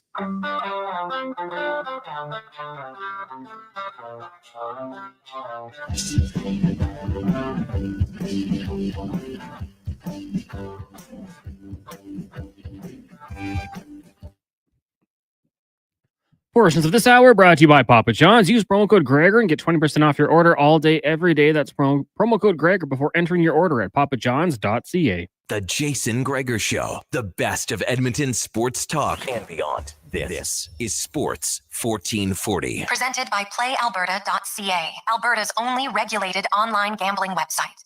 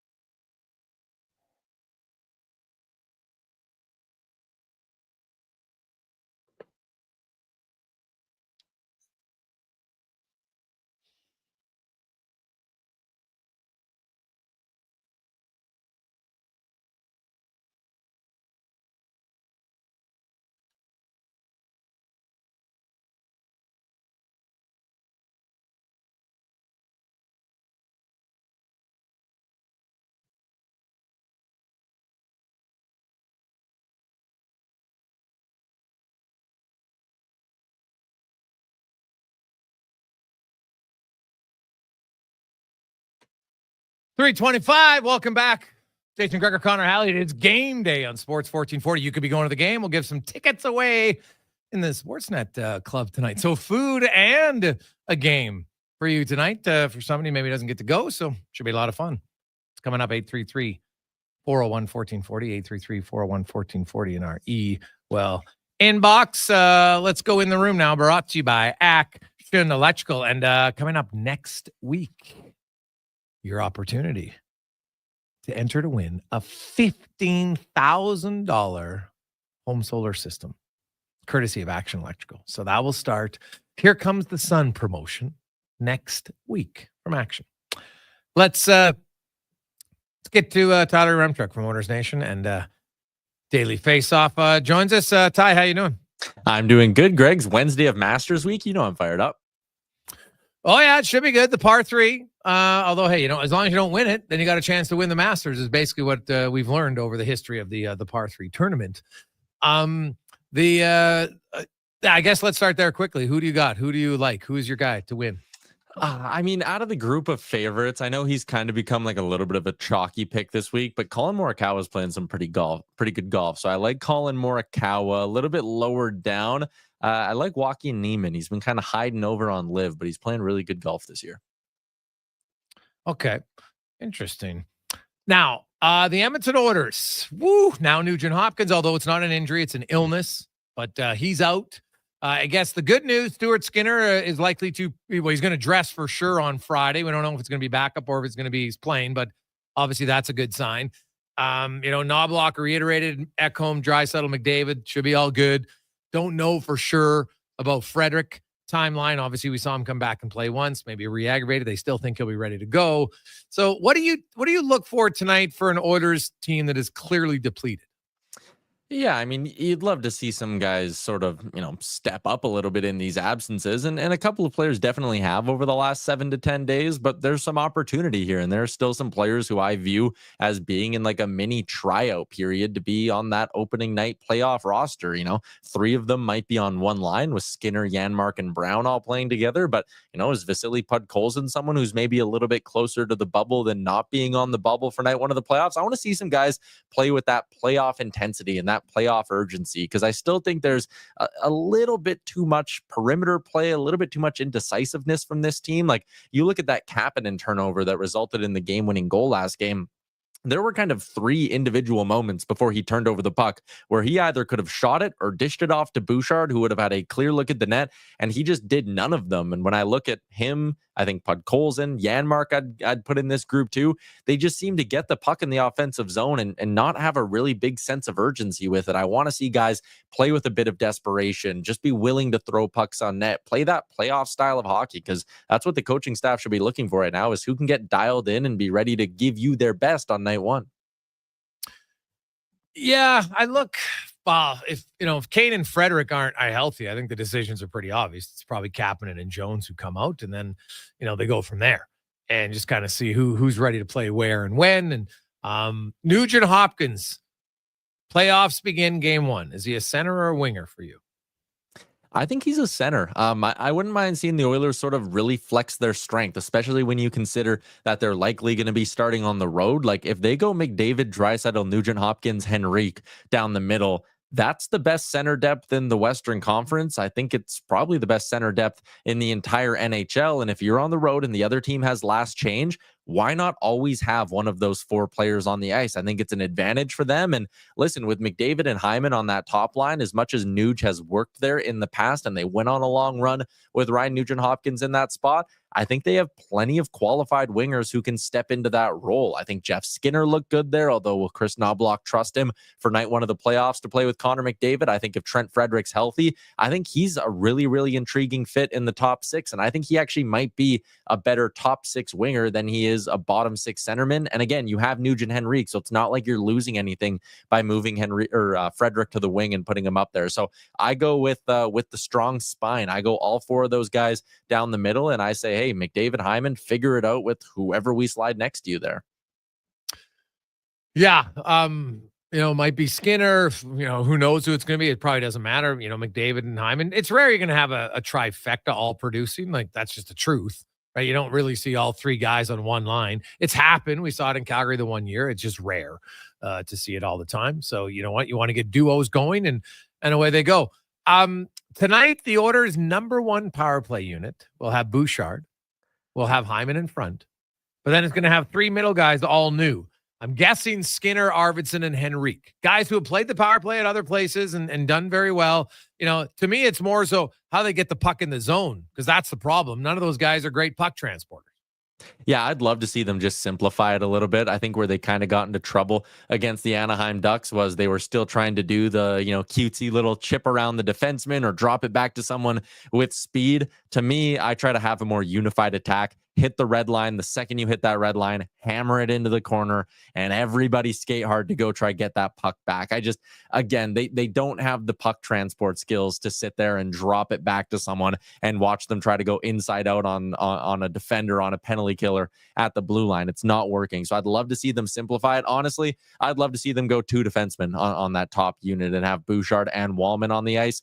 And it's not going to be pretty. It's not going to have this nice, cute umbrella setup, but I would just almost play it like it's a normal situation and you have an extra body on the ice, two defensemen up top, guy on the net, two guys on the half wall, and let's not try to reinvent the wheel here would be what I would like to see the Oilers do. Like, they still have skilled guys, you said it, players who have played on the power play in the past, but they don't have a lot of experience playing as a five-man unit, so I would try to just keep it as simple as possible tonight. And I'd love to see Wallman get out there and utilize that big shot. Yeah, they might do it. I could see him staying on this. I don't know, for one game, if you go away from everything you're doing all year long. That's why I don't think they would do that. So I think Wallman and Nurse are going to get a lot of time on the second unit, right? Like, I don't see the first unit being out there for a minute 40. So the second unit will be interesting to just see who's on that one. Do you just, for lines, do you just throw Phil with Arvidsson and Podkolzin to start and just go from there rather than try to change everything up again for one? Yeah, like why disrupt things? I guess this is kind of more to the point you just said, but like it is one game against St. Louis. If you hope you're getting some reinforcements or at least Nugent Hopkins back on Friday, and Skinner, Janmark, and Brown have played pretty well together for some stretches. I'm not messing with things too much. Just slide Philp up there, and hey, for Noah Philp, here's probably the best opportunity you're going to get to prove that you can handle an extended workload, and not that I think he's going to turn a good game into a spot on the playoff roster or anything like that. But an important game for him in his career, I think, to kind of say like, hey, I belong here. If you play me with skill, I can find a way to have some semblance of success. So yeah, I just put Philp in that spot. See if maybe you catch lightning in a bottle for one night here on a Wednesday in April, and then it's just easy to flip it right back to what you were running with for Friday night. The Oilers, I guess let's go to the Blues here. Robert Thomas, hottest player in the NHL. He's got 20 points in his last 9 games on this 9-game point streak. He leads the NHL in points since the Four Nations with 35. Kucherov has 34. You're the Oilers tonight. You talk to me, tonight's a great test, not offensively, but can they show they can lock it down? If they can limit St. Louis with all their injuries, just say we're playing sound defensively, to me, that's a pretty big win in how the game's played, regardless of the outcome. Yeah, I think tonight's all about keeping it low event hockey. I think sometimes when you're this depleted, it's almost easy to lose sight of your system and get into a track meet that ends up being a 6-4, 6-3 hockey game. And I don't think the Oilers are going to win that style of game tonight. What's given them success in the past, and I'm kind of going back to last spring here, was just keeping the other team to the outside, letting your goalie make the stops he's supposed to. And then when you have the puck on the other side, really work the cycle, really wear them down, have those long extended shifts in the offensive zone. That's what I'm looking for tonight. Again, Robert Thomas can't hurt you if he has to chase you around in the defensive zone. So would love to see that sort of playoff-like structure from the Oilers, which goes back to my first answer. Like, play physical, force turnovers. If you're hard on the Blues, they will turn over pucks. And yeah, you mentioned it in the last, I had the number set at the last 25 games for every team in the NHL. Nobody scored more goals over the last 25 games in the league than the St. Louis Blues, who have 66 in that stretch. So if you give them an inch, the old cliche, they're going to take a mile. You have to play that playoff-like structure if you're the Oilers tonight. And again, there are guys in the lineup who should be highly, highly motivated to show Chris Knobloch that they can play that style of play right now. The playoff race. Is it even a race in your eyes with Minnesota and Calgary? The fact that Kaprizov and Eriksson Ek are coming back tonight, does that pretty much put the final nail in the Flames' coffin? I mean, I won't say it's the final nail just because there is still that head-to-head game looming. But, you know, if Calgary can get a win tonight, they're playing Anaheim, which I guess isn't an easy out based from what we saw earlier in the week. But Calgary is a pretty tough schedule. They got to get Vegas one more time. They get LA one more time as well. And then Minnesota is kind of the third really, really hard game on their schedule. But I won't say Calgary is totally out of it until they lose that game against the Minnesota Wild. And I'm sure there's also some doomsday fans in your text line going, Greg's, if the Oilers lose tonight and the Flames win, that's only a 4-point gap. It's true. But the Oilers have 2 games left against the Sharks. Like, I'm sorry. Yeah. You, if you can't beat the Sharks, then you don't deserve to make the playoffs. Now the Sharks are in Minnesota tonight. The Flames have the Ducks, and like, hey, could Lucas Dostal stand on his head tonight for the Ducks? Very plausible. I know everybody's talking about that big game, but it might almost be meaningless. Calgary's got to take care of business tonight in Anaheim, and I don't think that's an easy game by any stretch.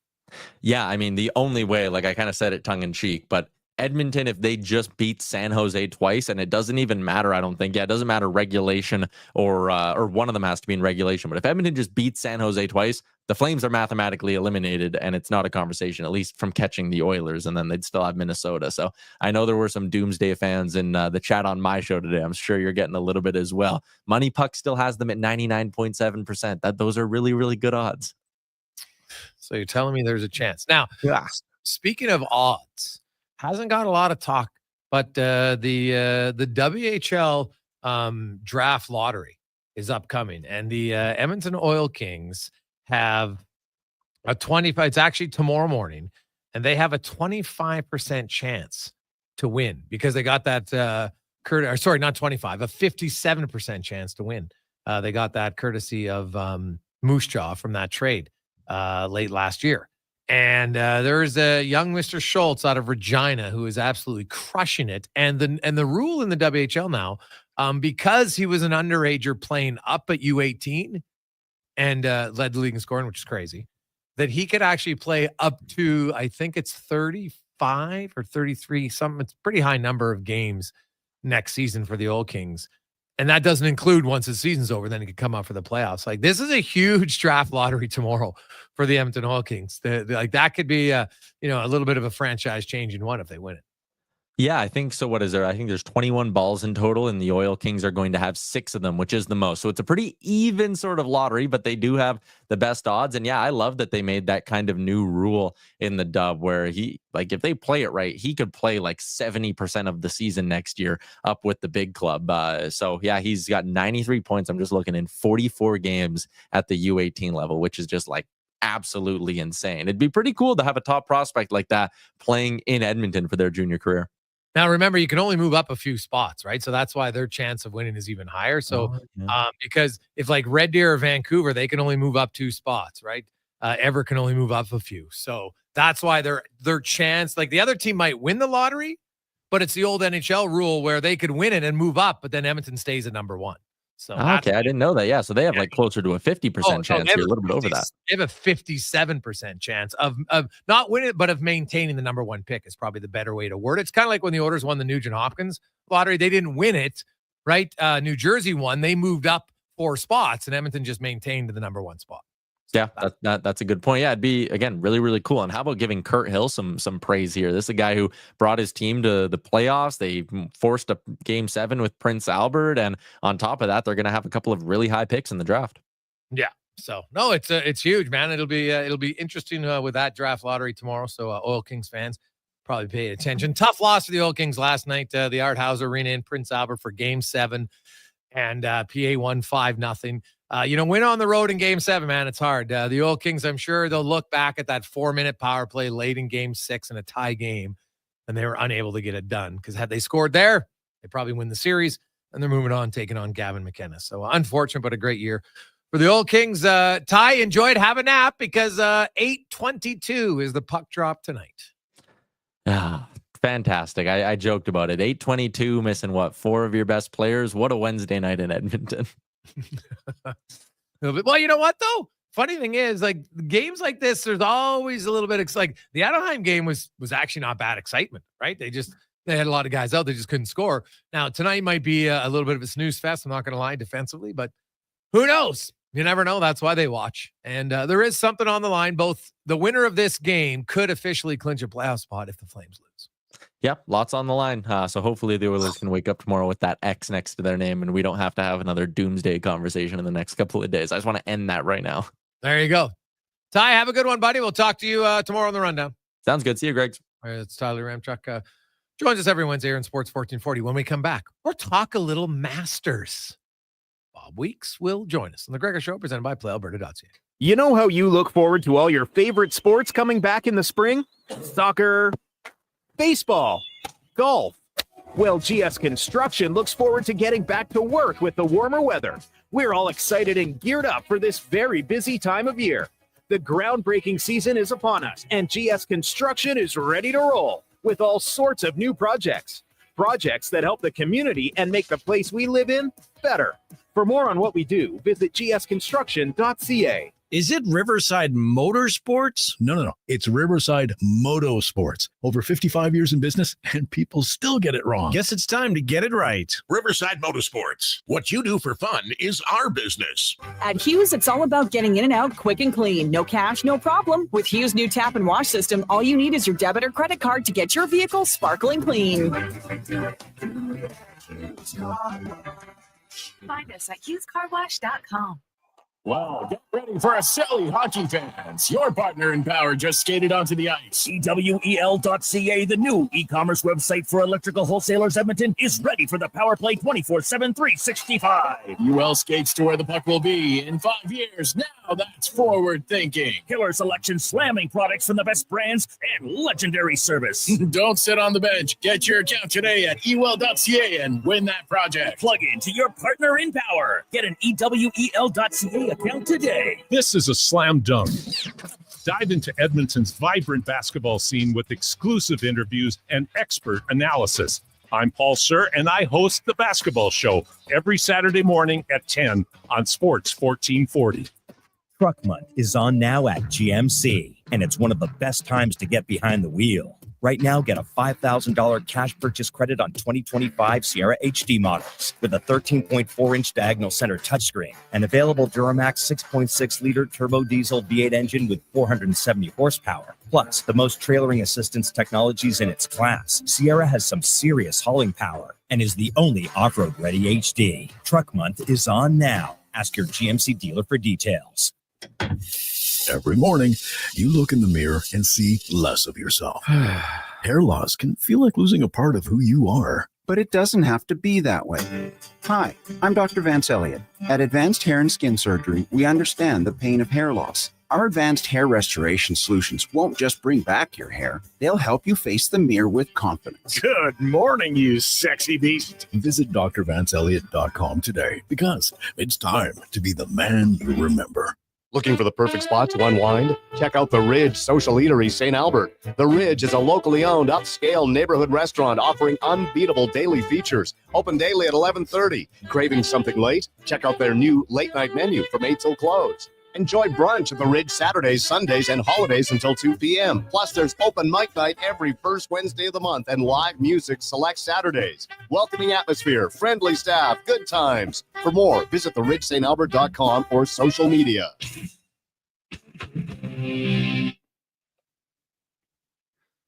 Portions of this hour brought to you by Cantork. We offer sale, rental, repair, and calibration of hydraulic, pneumatic, and battery-powered torque wrenches, stud tensioners, and flange maintenance equipment. Order today at Cantork.com. Tricks, touchdowns, and home runs. Get it all with the Jason Gregor Show on Sports 1440. Presented by PlayAlberta.ca, Alberta's only regulated online gambling website.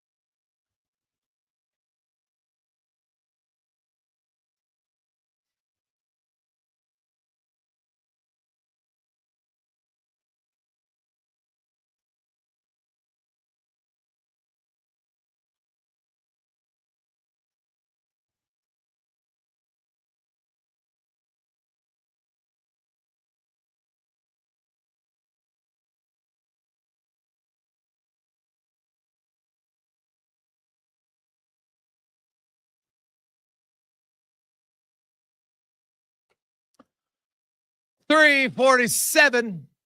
Jason Gregor, Connor Halley, Sports 1440, Orders Nation, YouTube, Facebook, and X, Instagram. Hope you're having a lovely Wednesday afternoon. Of course, stories in the NHL. Gabriel Landeskog gets an AHL conditioning stint to see how he feels. We had Mike Rupp talk about, you know what, you get back in a game or two. It's how do you feel after? Does it take a time to recover? How's that going to feel? You never know. So good for him to go down. Order fans wondering why Vander Kane hasn't been sent down because he's not ready. He's not being cleared to play in a game. That's why he's not going on a conditioning stint, in case you are wondering. Now, let's talk a little golf, of course, the Masters. The full round starts tomorrow. Of course, they had the par 3 today, and Bob Weeks joins us once again from Augusta. Bob, how you doing? Doing very well, thank you. Beautiful down here, nice weather, and looking forward to getting the Masters going tomorrow. So, Bob, when you look at the Masters and like the par 3, like you can kind of joke, well, I don't want to win the par 3 because if I win the par 3, then I'm never going to win the tournament. I don't know if any of the players think that way or not, but is it just an anomaly or is there something to, the par 3 having success and why that doesn't lead into success in the actual tournament?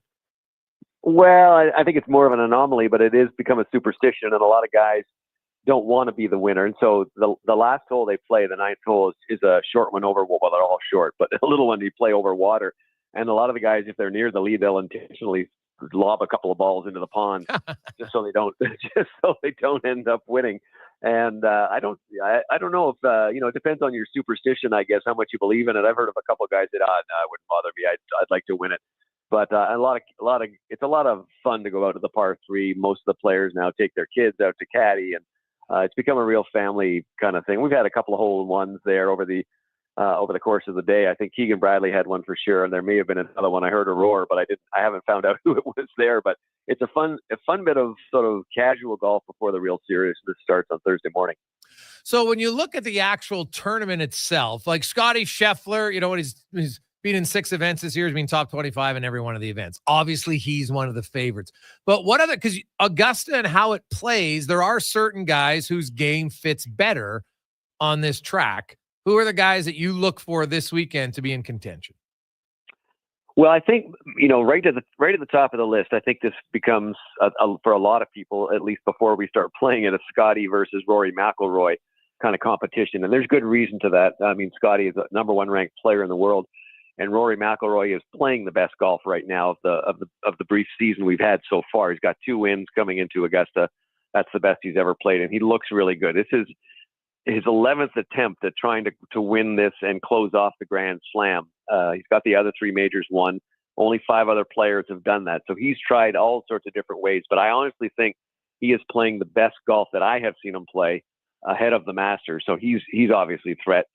And then you can go down after those 2. I think there's a lot of other sort of usual suspects, and the Masters has the smallest field of the majors. There's 96 players in this field. And it's probably going to come down to about 20 players. Okay. And that group would include people like John Rahm or Colin Morikawa or Ludwig Goldberg, sort of the people that you sort of recognize as playing good golf. It's very, very rare that someone sort of comes way out of the pack and wins this thing. Yeah. And so that's true. What about the Canadians? Corey Connor has always done really well there, except on Sundays. Yeah, he shows that he can get it around this golf course and score. He had 3 top 10s starting in 2021. He had 3 consecutive top 10s.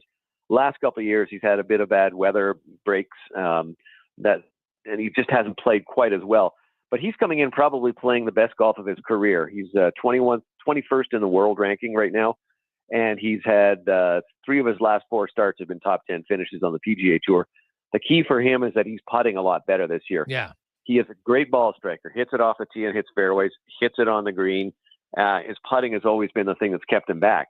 It's not great. I won't say it's like he's not making every putt, but he doesn't have to be with the rest of his game. If he's just sort of above average, he'll be right there on Sunday. And I do think that he feels very confident. I've seen him a couple times this week and had some good chats, and I do think he feels that he can be and should be a contender when it comes to Sunday afternoon. A guy like Corey Connor who's that good, what's holding him back from becoming a better putter? Well, some guys, first of all, in a little bit, it's a little bit of I don't know what you want to call it. If you look at the statistics, it shows that he's not a great putter, but he hits so many greens. He has so many chances to make putts. Okay. He has to hit it a little bit closer to help him. He's not, it's just the other parts of his game are so good. And I don't really know exactly, but he's got a new putter in his bag. He put it in about 3 weeks ago, and it's really working for him. It's kind of designed especially for him, especially for his stroke. The people at Ping, where he's a client, or they sponsor him, have designed this based on the technology they know and they can read in his swing. So that's one of the secrets that's happening to it. And he's making a lot more of the kind of, I would call 6 to 8 footers, as we call it, the throw up range. Those are the ones that you really want to make, or else you're going to throw up, because they can keep around going. Some of those can be for par. Some of those can be to save a bogey. Even around here, that's not necessarily a bad thing. And of course, you want them more for birdies, but he's making a ton of those. And I just think that he feels, every time he sees one of those go in, he just feels so much more confident. So a lot of it's between the ears, and a lot of it's in technology in his hands that going together. Those things are helping him improve. Bob Weeks joins us. Bob, you look at golf overall, and we saw it, like the live thing. They're not ever going to amalgamate, are they? I don't think so. I think right now the PGA Tour is slow playing them. To be honest with you, they've had these negotiation talks. They were supposed to have a framework for it 2 years ago. Nothing's happened, and I think right now that the PGA Tour has managed to get some investors, so there's no shortage of money there. And Live Golf has, at the end of this year, there's a lot of guys who signed originally with contracts that were 4-year-long contracts. Right. And we'll have to see how many of those guys actually continue on or re-sign. The Live has let it be known that they're not going to get the same kind of money that they did the first time around, the $200 to $300 million. So will some of those guys, they'd have to pay a penalty of some sort, come back to the PGA Tour? Some have kind of hinted. Bryson DeChambeau, Brooks Koepka have kind of hinted that they might want to come back. So I don't think there's any rush for the PGA Tour to try and join them up. At least if they do, it would be on their terms, on the PGA Tour's terms. And I don't think Liv, wants to do that. So we'll just see how deep the Public Investment Fund of Saudi Arabia, which funds Liv, is willing to go. They've spent reportedly $5 billion on Liv so far, and they haven't got much for it. So it's going to be interesting to see what happens down the stretch. Well, Bob, who are you picking? Who do you like? I got to go with Rory. I think I've picked him every year for the last 10, so I got to be right one time this decade. And we'll see if we can pull him through. But I like Rory, and if you want a sleeper, Sepp Straka. He's an Austrian golfer, but he's got all the right tools. He could be a guy that if you're looking for a sleeper for your office pool, you might consider him. All right, awesome stuff, Bob. Enjoy the weekend. Take care. Bye-bye. That's Bob Weeks from Golf Talk Canada joining us from Augusta National, where the Masters will get going tomorrow. And, I think for golf, they would love you come Sunday, and in the final group or the final two groups, you got Scheffler and you got Rory, and then you mix in whoever you want. It's probably ideally what they want. It's going to happen. The odds would say maybe it's pretty low. Tough to do, but it would be fun. Either way, it's always a great tournament to watch. It really kind of kicks off the golf season. I know, courses are getting closer. They're itching to get open, so it should be fun. We'll announce. I think there's a few courses, partners of ours, that are right on the verge of opening up. So plan ahead. You can get your tee sheets ready if you want to book in advance. I think starting tomorrow at the ranch, and Cattail's going to get going on Friday, so should be fun. Let's get to a Sports 1440 update. When we return, Rich Winter will join us. We're going to get into the business of sports. We'll talk a lot about, kind of those, what's an agent doing now at this time of year, but also then we're going to get into the whole NCAA and NIL, specifically how does it work for Canadians? And because let's be honest, many of our listeners, you might have kids in volleyball, basketball, whatever, hockey, football, whatever the sport is, right? There's all the NIL. Well, can they go down there? They're going to get paid and they could make some money. So the theory sounds great. What's the reality? We'll discuss that coming up as well. But first, let's get to the con man and a Sports 1440 update brought to you by Fountain Tire. They're here to take care of your vehicle and your wallet. Up until April 26th, you can save 25% off select tires and get $120 mail-in rebate on a set of 4 tires. Book your appointment at fountaintire.com. This is a Sports 1440 update. Game day, Oilers hosting the Blues down at Rogers Place. Puck drop in this one about 8:22. Pregame coverage with Andrew Walker and Donovan Paulson gets going at 6. We're right here on Sports 1440. Elsewhere, Lightning host the Leafs, the Flyers in New York to take on the Rangers, Wild up against the Sharks, and the Flames in Anaheim. Sad news today is longtime NHL executive Ray Shero passed away. He worked as a GM and executive vice president with the Penguins from 2006 to 2014, helping to lead them to a Stanley Cup in 2009. He also spent time with the Devils, Sens, Preds, and most recently Minnesota Wild. He was just 62 years old. Sticking on the ice in the BCHL, Sherwood Park at home once again, hosting Salmon Arm with a chance to complete the sweep over the Silverbacks. That gets going at 7 o'clock out at Sherwood Park Arena. And in the AJ, just one game tonight. Calgary also looking to complete the sweep over Drumheller. That one gets going at 7 o'clock. In the association, Luka makes his return to Dallas with the Lakers taking on the Mavericks. Tip off at 5:30. You'll take out the Raptors hosting the Hornets. Celtics in Orlando. Heat taking on the Bulls. Warriors meet the Spurs and the Thunder in the desert to take on the Suns. Major League Baseball today, the Blue Jays are in action at 4:45, taking on the Boston Red Sox from Fenway. And from the CFL, the Edmonton Elks making some moves, bringing in wide receivers Jacob Copeland and CJ Hutton, and defensive backs Kalen Barnes and Braxton Clark.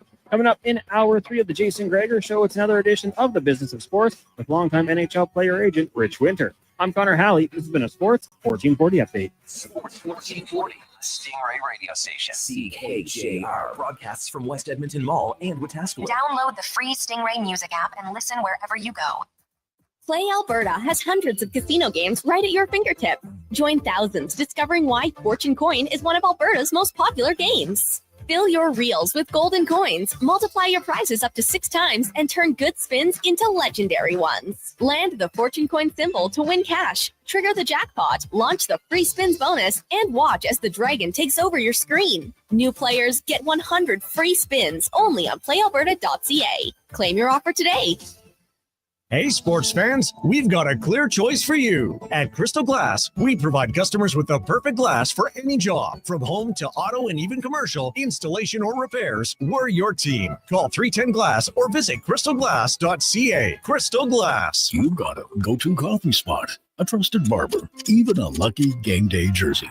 But when it's about looking your absolute best, there's only one name you need. Mr. Dirk. Family run since 1939. We're experts in crafting impeccable tailor-made suits and offering a wide variety of everyday styles. Pair that with personalized one-on-one fittings and the convenience of on-site tailoring. Mr. Dirk elevates your style game. Visit our Edmonton store or explore MrDirk.com. Score big on style with Mr. Dirk. Actions speak louder than words. Japa Machinery Group puts your construction plan into action with XCMG construction machinery you need. Available for rental or sale. Learn more at japamachinery.com. When St. Albert Dodge gets a deal, you get a deal. That's how it works. And right now, they've made a special purchase of new 2024 Ram Heavy Duty 2500 and 3500 model trucks. These are Cummins diesel models with an exclusive offer that you can only get at St. Albert Dodge. What's the deal? A no-charge Cummins engine option, which works out to $9,450 in savings for you. Over 35 available. Get yours now and see how easy it is to do business at St. Albert Dodge.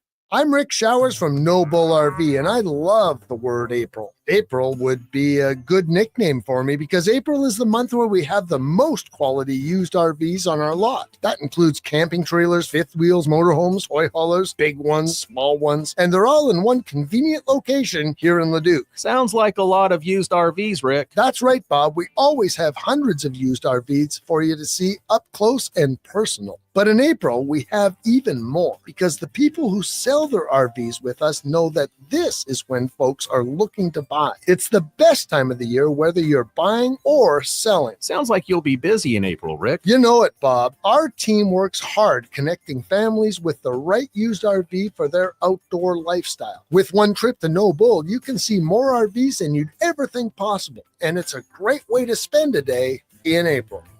And that's No Bull. NoBullRV.ca.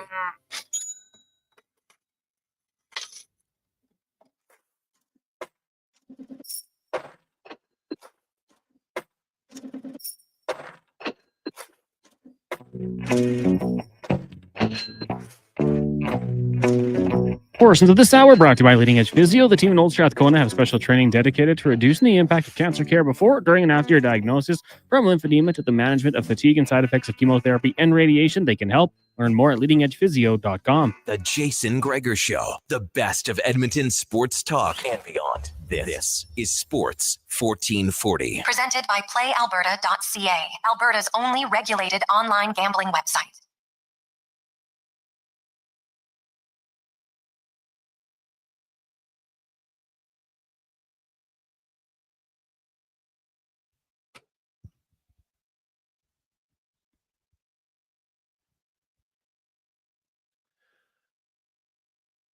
Halfway through a Wednesday afternoon. Woo! This week show is just flying by. I'm loving it. Welcome back to the Gregor Show, Sports 1440, Oilers Nation, YouTube, Facebook, and X. As always, the Gregor Show is presented by PlayAlberta.ca, Alberta's only regulated online gambling website where 100% of the revenue stays right here in the lovely province of Alberta. Oilers taking on the St. Louis Blues. It will be a different looking Oilers line. And by the way, hey, we forgot to do it last time. Fail on my part. So we told you to cheers. So here's how we're going to do it. We're going to give away a pair of seats into the Sportsnet Lounge right now. Very simple contest. You're going to text in at 833-401-1440. 833-401-1440. Can you name the player that Rich Winter represented who turned down an 8-year contract with the Edmonton Oilers? 8 years, pretty big deal. If you know the player, send the player's name in, 833-401-1440. What are we winning? Because I think I know that guy. Well, yeah, you know. Well, you can't win. You can't win. But one of our listeners will win a pair of seats to the Sportsnet Lounge as we welcome in Rich Winter of the show. Rich, how you doing? Good. I woke up at 3:00 in the morning in Winnipeg to catch my 5:30 flight and made it to the office at 7:00. They have 5:30 flights? Yeah, 5:30 flight. It's really What were you doing in Winnipeg? seeing Mason Appleton, his wife, and his little boy. We had a pretty nice afternoon together, plotting a little bit for his future. That's a fun part of the road. You know, it's like their son TJ is adorable, and you get to spend some time. And it's a time of year where you talk about their futures and what they're thinking. It's nice to spend some time with the wives and see what they're thinking, because this isn't about just money. It's about where you want to live, and it's nice to be in their neighborhood and see. You know, Winnipeg's really a phenomenal spot to play because the guys they're so close together.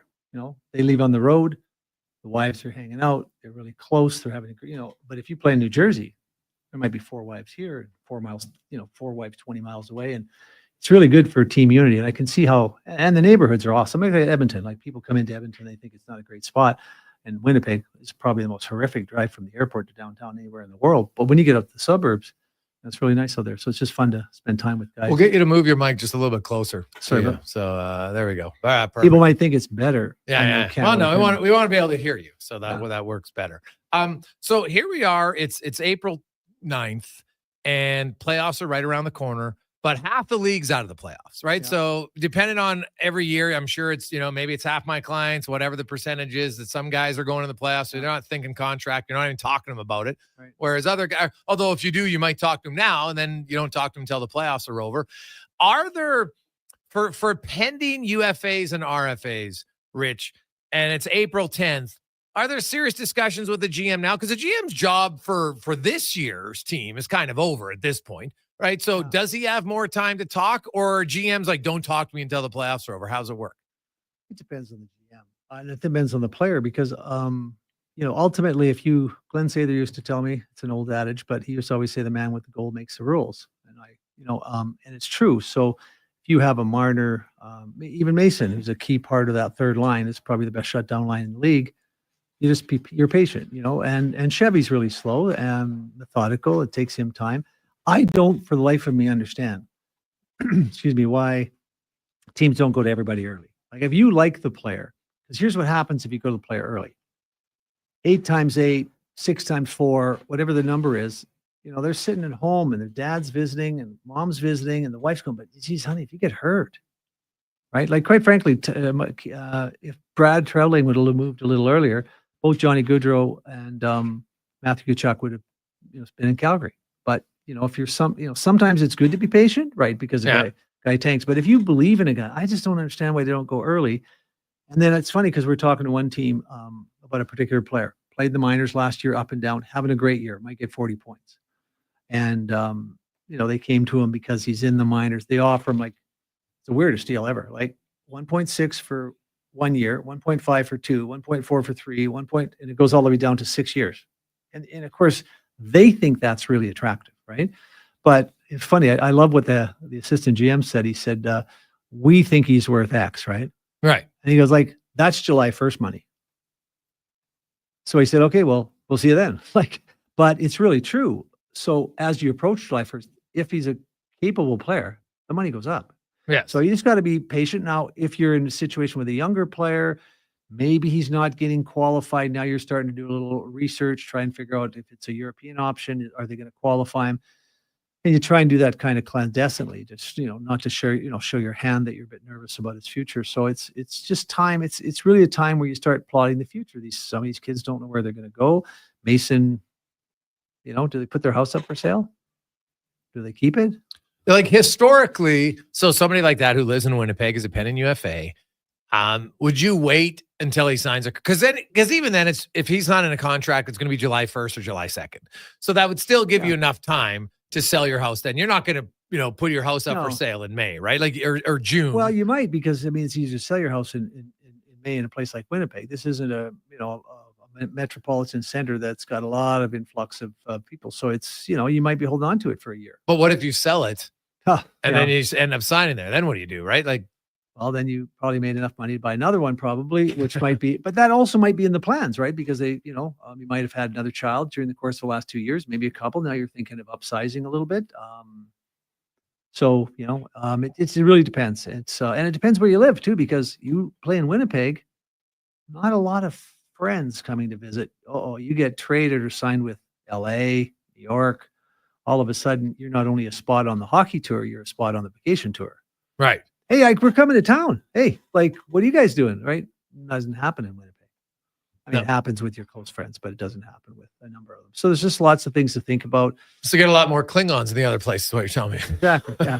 And there's kids got to go to daycare. They got to start thinking about that. The older kids got school, and to me, it's really, I just don't really think about it much. But I go home and a player gets traded, and we talk about it, and I go home to the same house, same drive. And all of a sudden they're packing up and, moving across the country. And it's tough when you have 2-3 kids, right? And so planning ahead. And I think I try never to leave July 1st to July 1st. Like, I want to be planned well ahead.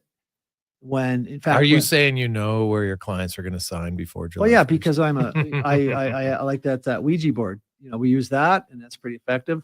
But what you do is you talk to general manager and you find out what they're looking. So Jason, what are you looking for? Right. What do you think? Now it's hard. You have to be patient, because you call this week.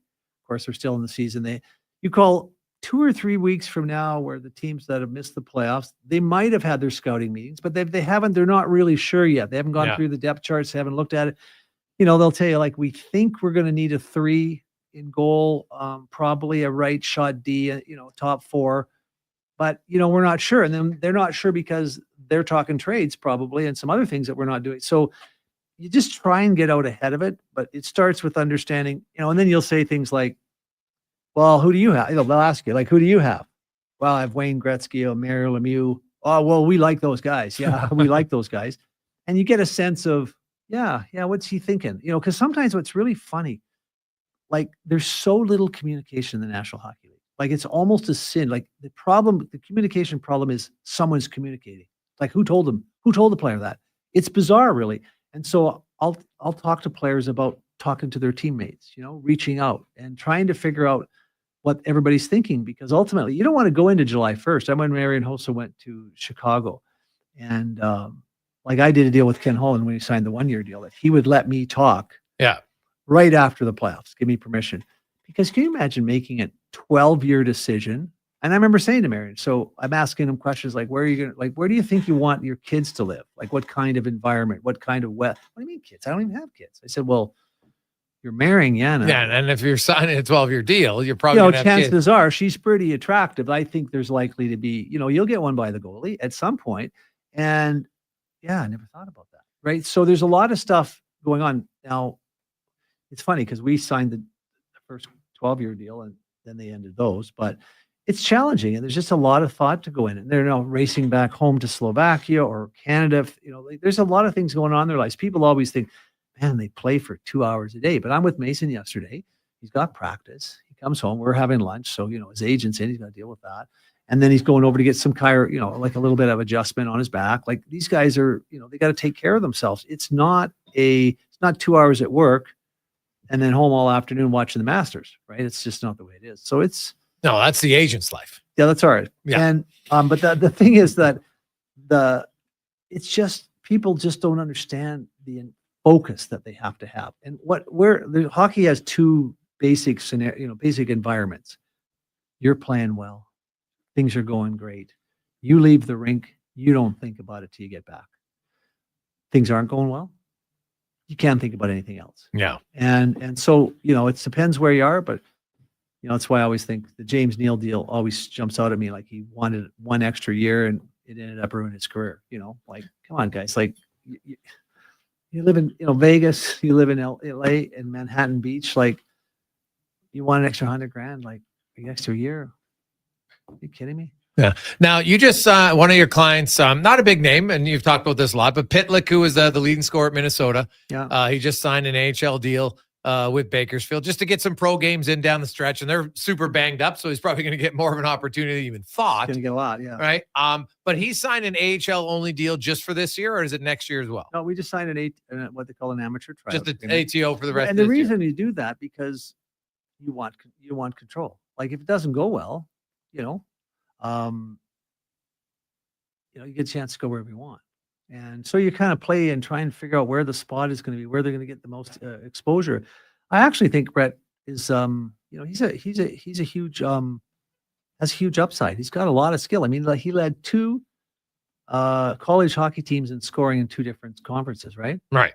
Like this is not a bad play. Like he's a really good player. And we had one team chasing him, one of the better teams in the league. And he just couldn't decide. It's the hardest thing for these kids is. But why couldn't he decide? Choice. No, it's choice. But why wouldn't he decide on an ATO? Like, would it matter which team you sign an ATO? No, it doesn't matter to me. Oh. But you start but when they have choice, they never have choice. They get drafted, get told to go there. They get traded, they get told to there. And I remember, so many players is like, well, what do you think? Like, so what I do historically, especially with the players who have lots of options, is I'll put them in touch with the coach before we sign. You have to talk to the coach because they know within 30 seconds if that guy gets his game. As hard as this is to believe, I won't name the expansion team. One of my clients gets picked up. He's a pretty good player. He's got like 250 NHL games. And the first question the coach asked him when he saw him is, I don't know much about your game. Can you kind of fill me in on that? So you want to be in a situation where the coach gets you. Right. Like, yeah. Because honestly, the GM, it's almost irrelevant. who cares? Yeah. Like Berkey loves you, Stan loves you, but Joel won't play you. So it doesn't matter. So, I just encourage, and guys go, well, I don't need to talk to him. And then they talk to him. They go, geez, that guy doesn't even know who I am. Like, I'm not playing there. Right. Like he thinks I'm a defenseman or, it's not that bad, but that one instance, tell me a little bit about your game. You'd think an expansion team coach. Yeah. Would have actually asked somebody a few questions, maybe would have watched a little video. Yeah. It's mind-boggling. Say like, I think these are your strengths. Outline why. Yeah. What do you think are your strengths? Because I think that's important in the conversation is as a coach, you want to know how the player views themselves because how the player views themselves can impact a little bit on how you, not how you view them, but is he a realist? Like, guess what? I'm a really good defensive player. And the coach is watching the video. What are you talking about? Nice. And I think the other thing we encourage to do, we have a goal setting program that we use. Initially, it wasn't very well received because coaches don't want to talk to agents, right? Historically, they just want to avoid us. And, but we insist that our players, especially the younger players, go see the coach and understand what the coach wants. Like, it's amazing how many players in the NHL you say, so what do you think your coach wants? I don't know. He says, well, he wants me to be a little more physical. Well, what does that mean? How do we measure that? Yeah. Is it 5 hits a game? Is it, what is it like? I go, I don't really know. I said, can you imagine working in a law firm? And you sit in your office for 3 years and try and hope that someone gives you a memo to write? Like, it's mind boggling, but generally there's just we could improve a lot as a business in terms of helping coaches get leadership training. We talked about it in that love segment we did a while ago, trying to help them understand how to motivate players, because the X and an O's important, but they're like the physicality of the game. You're not going to improve. You're not chasing Connor McDavid by working out a little harder, right? He's, but you might approach him if you get some mental, psychological training, high performance training, so you're thinking different. But and I always tell the players, the example I use. So if the coach tells you to stand on one leg during the national anthem, what are you doing?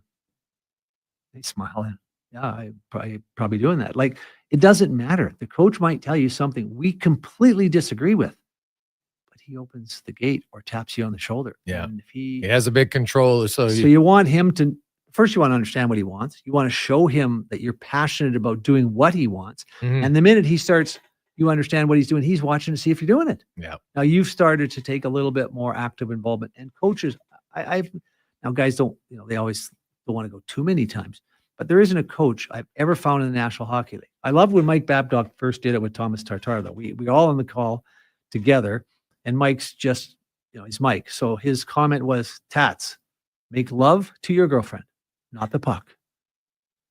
That was understandable. Like, we got it, right? But now can we kind of try and process that? And it's funny because coaches like Tats was told when he went down to the minors to improve his skating, or Jimmy Neal and Kenny Holland and I were going, I don't really get it. Like, he's not Connor McDavid, but he's a pretty good skater. So we got Tats to hire Mike Babcock's recommended skating coach. So he goes to Grand Rapids, gets 6 skating and lessons. the skating coach says, oh, this guy's a good skater. Well, no, he comes back and Babs goes, oh, I told you guys, it's unbelievable. I didn't improve like even at all in 6 lessons, but he's looking for it. Like so it's a preconceived notion, a preconceived bias. It's like Einstein said, change the way you look at things, the things you look at change. How does Marty Straka get bought out by the Florida Panthers? 2 pretty smart executives in Doug McLean and Brian Murray. And 3 years later, he gets 94 points. How's that possible? Yeah. I paid you to go home, because it is true that how many stories have we heard from players? Like, if I could get more power play time, I'm better than this guy, I'm better than that guy. And you know what? Probably that's right. But the coach is never wrong, because what the coach does, if he perceives you as a guy that can't score, Marty Straka goes on the 4th line, plays with Bill Lindsay, right? And then he goes to Pittsburgh. They see him as he scored 30 as a rookie. They put him with the Yags, and he gets 94 points. Same player. And interestingly enough, his points per minute played 5-on-5 were almost identical in both places. Yeah. The only difference is powerful. And I love that stat, because people don't pay enough attention to it. Because if your stats at 5-on-5 are pretty good on the 4th line compared to the guy in your 2nd line, that's pretty telling, because you're not playing with very good players. Yeah. Right. So I want to try that guy on the 2nd line a little bit and see how he fits, and there's some very basic statistics that aren't, they're not in the fashion as much as they used to be, but they're critical. Oh, I would agree. When we come back, one of the big changes coming up now from an agent perspective and for players, and especially some of your younger clients, is the aura of NCAA, and are they going to get paid more? Leaving university, we know the Golden Bears lost 6 of their players to go to NCAA, even though they're not going to be there for the full ride, so they don't even get a full degree. Right. We'll talk to all of that, and not just in hockey, but in sports in general. Chelsea Late will join us, as she wrote a huge article about this, and what does it mean to Canadians, and the nil, is it as appealing as people suggest? We'll find out next in the Business of Sports on the Gregor Show, presented by PlayAlberta.ca. Are you looking for safe and professional travel options? Look no further than Silent Rides, one of Alberta's premier bus charter companies. Whether your group is big or small, Silent Rides has you covered. We offer state-of-the-art motor coaches, first-class service, and affordable rates. Get your quote today. For more information, call 1-877-748-0991 or visit silentrides.ca. Edmonton's premium live music and party venue is On the Rocks. Check out Bingo Tunes on Monday. Perform on the best stage in town with karaoke on Wednesdays. Learn how to salsa with Salsa Rocks on Thursdays. And every weekend, OTR goes live. With your favorite bands on the OTR stage and DJ Kenny K. For everything that's going on at On the Rocks, give us a follow. Facebook, Instagram, or Twitter. At On the Rocks, EDM. Eat well, party hard. On the Rocks. On the Rocks. On the Rocks. Open every day till 2 a.m. Adventure just doesn't stumble into your life. It roars to life with Riverside Motorsports. Tearing up trails or cruising the open road. Yamaha ATVs, side-by-sides, motorcycles, and dirt bikes deliver the performance you crave. Built for thrills, ready for your next adventure. Yamaha's legendary performance and reliability take you there. Make Mother Nature your playground on a Yamaha from Riverside Motorsports. Located on St. Albert Trail. RideRiverside.com. Riverside Motorsports. What you do for fun is our business. Spring into savings at The Brick. Refresh your home with huge discounts. Get up to 35% off sofas and sectionals and up to 25% off bedroom and dining furniture. Dreaming of better sleep? Upgrade your mattress game. Get a king for the price of a queen on select mattresses. Plus, save the tax when you buy 3 or more major kitchen appliances. Some exclusions apply. See in store for details. The Brick, proudly Canadian since 1971. Explore Internet just got 10 times faster. 5G Ultra brings incredible speeds to homes in rural and small town Canada. Upgrade today at xplore.ca. All right, give me something big. The Ford It's a Big Deal event is on. Bigger. Get a big truck and an even bigger deal. Love it. Now the details. Right now, lease a 2025 F-150 STX with the black appearance package from $220 bi-weekly at 0% APR for 24 months with $43.75 down. That's like $110 weekly. Now bring it home. Plus, there's a $750 bonus for eligible Ford owners. Hurry into your Alberta Ford store or visit Ford.ca today. Blue Jays baseball is back on Sports 1440. This Saturday and Sunday, listen live to the broadcast of Canada's favorite team. Proud to be the home of Blue Jays baseball. We are Sports 1440. We've finished construction of our gamma radiation containment facility. Is it up to code? Is it going to be safe? Sounds like a job for the men and women of Action Electrical. Testing team reporting. We test your commercial operations using tools like infrared to ensure safe operation. Trust us to prevent potential calamity before it strikes. Facing an electrical menace? Call the men and women of Action. Operating throughout Alberta at actionelectrical.net. Vision Credit Union. We've been around a long time. In fact, we've been serving rural Alberta communities for 75 years. We launched in 1950 with $128, 21 members, and a mission to help our communities. It's still our mission today. That's why we return 75% of Vision's profits to members, offer full-service banking in underserved rural communities, and prioritize contributing to charitable causes in our hometowns. We're here for good. VisionCU.ca. With Budget 2025, Alberta's government is meeting the challenges facing Southern Alberta through key investments, including 15 school projects, more training for rural doctors, improved cardiac care in Lethbridge, connecting Highways 2 and 3 near Fort Macleod, twinning Highway 3, and establishing a new Alberta Sheriff's team to crack down on cross-border crime. Budget 2025. Meeting the challenge. For the full details, visit alberta.ca/budget. A message from the Government of Alberta.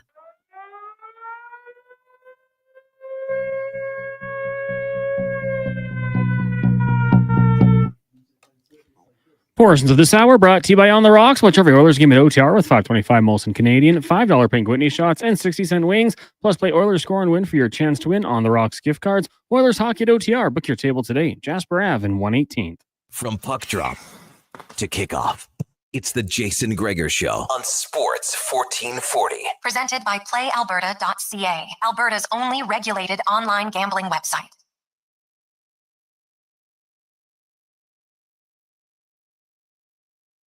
$425. Welcome back. Jason Gregor, Rich Winter. The Business of Sports on Sports 1440, Oilers Nation, YouTube, Facebook, and X is always presented by PlayAlberta.ca. Get in the game. Use the promo code Gregor100. That's Gregor100 when you sign up and make a donation, make a deposit, and you'll get an extra 100. Check it out. Casino or on a game at playalberta.ca. Oilers, of course, hosting the St. Louis Blues tonight. The Oilers got a boatload of injuries and illnesses. Nugent Hopkins, McDavid, Draisaitl, Ekholm, Skinner, Frederick, Kane. But if we can, All out. but if Calvin can get the offense going with those passes, we'll be fine. Yeah, he's a Masterson Trophy winner. Why can't he get some points? Oh, he's going to Tell him to do more, Rich. that pass in that game in Long Island. Wasn't it Long Island? Yes. It's pretty good. Yeah, there you go. Now, we continue on the business of sports. We are joined now by Chelsea Late. She wrote a very interesting article at SB Nation outlining nil. What does it mean for basketball? But it's the same for hockey and all these other sports and kind of where it's going to be. And, a lot of Canadians who are deemed international students, right? That everybody sees nil.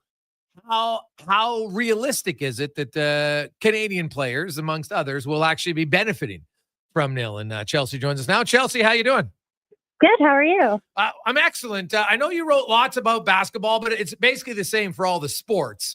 And technically, and I want to use that word, technically, international students who are on visas to come to NCAA, they're not allowed to qualify for nil rights. However, there is the loophole where, and you used in your article, Elia Edwards, who graduated from UConn. She signed with Adidas. She actually came home to Canada, signed the contract, did the work she needed in Canada before rejoining UConn. What was the work she like? Was this a one weekend thing? What did she do?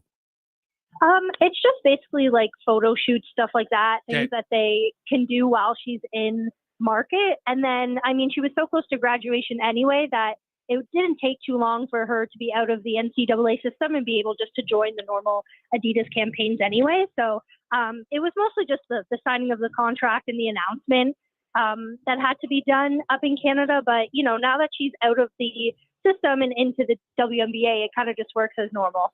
So when she was in though, like for basketball, because it seems like especially in basketball, it's like a small group of players who are getting nil. Right? Like, it's not like, hey, we've got, there's how many schools there are. I know, and, there's over 100 schools, probably 200 if we go men and women combined. Like, how many people or how many players are actually getting nil money? Yeah, it's changing. I think the rules kind of have been shifting a little bit every year, honestly, as they figure out how they want the system to work. In terms of endorsement deals, that is just kind of person by person, depending on what offers you're getting. I know a lot of these schools have local deals that most of the players can take advantage of with local businesses and people in the community who want to support the team. Obviously, you have the stars like the Caitlin Clarks and the Paige Beckers and all of that who are getting more national endorsement deals and more being signed to bigger brands. And then, the idea of kind of NIL collectives, which is kind of like almost like a player pot of money that each school have to be able to give to players. That's going to be introduced as well. And so they're kind of trying to find different ways to pay these players. But again, like all of this is stuff that international players can't access because of the kinds of visas that they have to be on in order to be there to play. Okay, so I was going to ask you, so the player pot and like the local Bob's, grocery store who wants to support Rich and get, hey, here's Rich, and hey, come here and have some mayonnaise or whatever it is. They're not going to be eligible to do that because you can't leave the country. So even those nil pots that are building, and let's say, Michigan Tech has $1 million in nil pot. They can't play. They can't pay any of the international players that money. Unless there's some sort of loop around where they can make it work to have them be paid in Canada, the answer is no, just because it does count as income. And on those visas, you can't make any income while in the United States. But you take it, you just give a signing bonus, have them do a bunch of signings in Canada. They're like, you don't think I think anybody's naive if they think a graduate of Harvard or Princeton who pays no taxes and makes $50 million a year is not going to be able to figure this out. They'll just manage it because they've always done this. This money's been going to players for years. It's just never been out front, right? We know that, right? So they'll figure it out. Yeah, it's just finding different ways to be able to work within the rules. And the reason I bring it up, Chelsea, is because anytime something new comes in, and especially when it revolves around money, everybody gets really big and wide-eyed, like, oh, this is going to be great. We're all going to make it. But it's really going to be for a small percentage of it. And especially like hockey's growing now for sure. And I know that, you know, I've heard some hockey schools, some of them have upwards of $1 million, if not more, to spend for their players. Obviously the college football and basketball, those are the two biggest college sports. So they probably have even more. But do you see like what has there been any pushback at all where, you know, they're trying to squeeze some things in as loopholes that have been closed already? I don't know of any specifics. I do know that there is a big debate, especially when it comes to the women's side of, you know, are you going to make more money playing in college or playing professionally, since there is such a big pay gap when it comes to professional women's basketball as opposed to men's basketball. And I mean, you could probably say the same thing about hockey with the PWHL now and the NHL. Like, it's very likely the exact same thing. So, you know, there's a little bit of pushback as to how much money they're making. And I mean, it's just kind of becoming the same thing as professional sports, where players are moving to specific schools because of specific amounts of money that they're able to make. And, you know, yet the transfer portal makes it so that, you know, they can easily hop from school to school every year. So, you know, there's pushback on certain things when it comes to that. I don't think there's been pushback as opposed to, you know, them being able to like make the money like, you know, universally. Right. So do you think with as nil money increases, and we've talked about this, more donors are going to give more money because they're competitive and they want to win. Do you have you in your discussions with NCAA? Are you hearing that we might see like a minimum, like you get one transfer portal in your career as a college student, or maybe you got to sign multiple year deal with the school, because the basically unrestricted free agency for every player every year in the portal just isn't working long term. Yeah, it's becoming more of an issue. I think this year is when people have started to really talk about it. I mean, think back like 5-10 years ago, that was the case. Players only got, you know, to transfer during certain circumstances. Sometimes they had to sit out a season. And so now people are kind of talking about, oh, should we put more restrictions on it? You know, do the things that you just said, like give them one free transfer, and then, you know, after that they have to sit out, or, you know, make it so they have to commit to a school for at least 2 or 3 years and certain things like that. I mean, I haven't heard anything specifically from the schools. This is just people kind of like speculating on what to do. But it is becoming a problem because, I mean, right now in the NCAA women's side, at least there's over 1,500 kids in the portal right now, which is wild to think about. And, you know, schools are losing entire recruitment classes as well. So yeah. When you think about that, it's kind of making it hard for these programs to build consistency in order, and, you know, and that's a really big part of winning as well.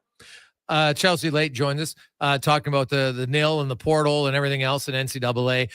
Now, what's interesting, it's it's actually called an F visa for the students. When they're on an F visa, they're not allowed as international students to make any money.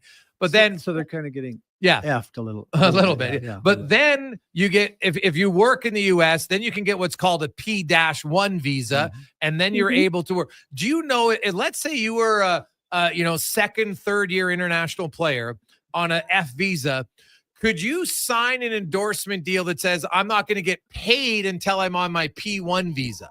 Because even if you only pay, you know, in the WNBA, or you play in the AHL or anything else, could you get deferred money? Do you know, is that even a possibility? I mean, as far as I know, that might be a possibility. I'm not sure if they've really tapped into that.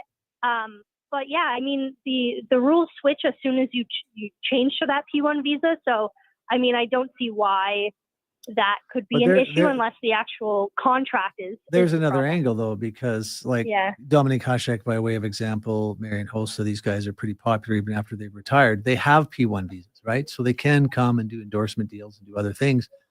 So maybe Adidas signs a guy or one of the, a female male basketball player to a employment contract. So maybe that's another way, because like you can go to school. I mean, I took my artificial intelligence certificate at MIT. It wouldn't have mattered where it was, right?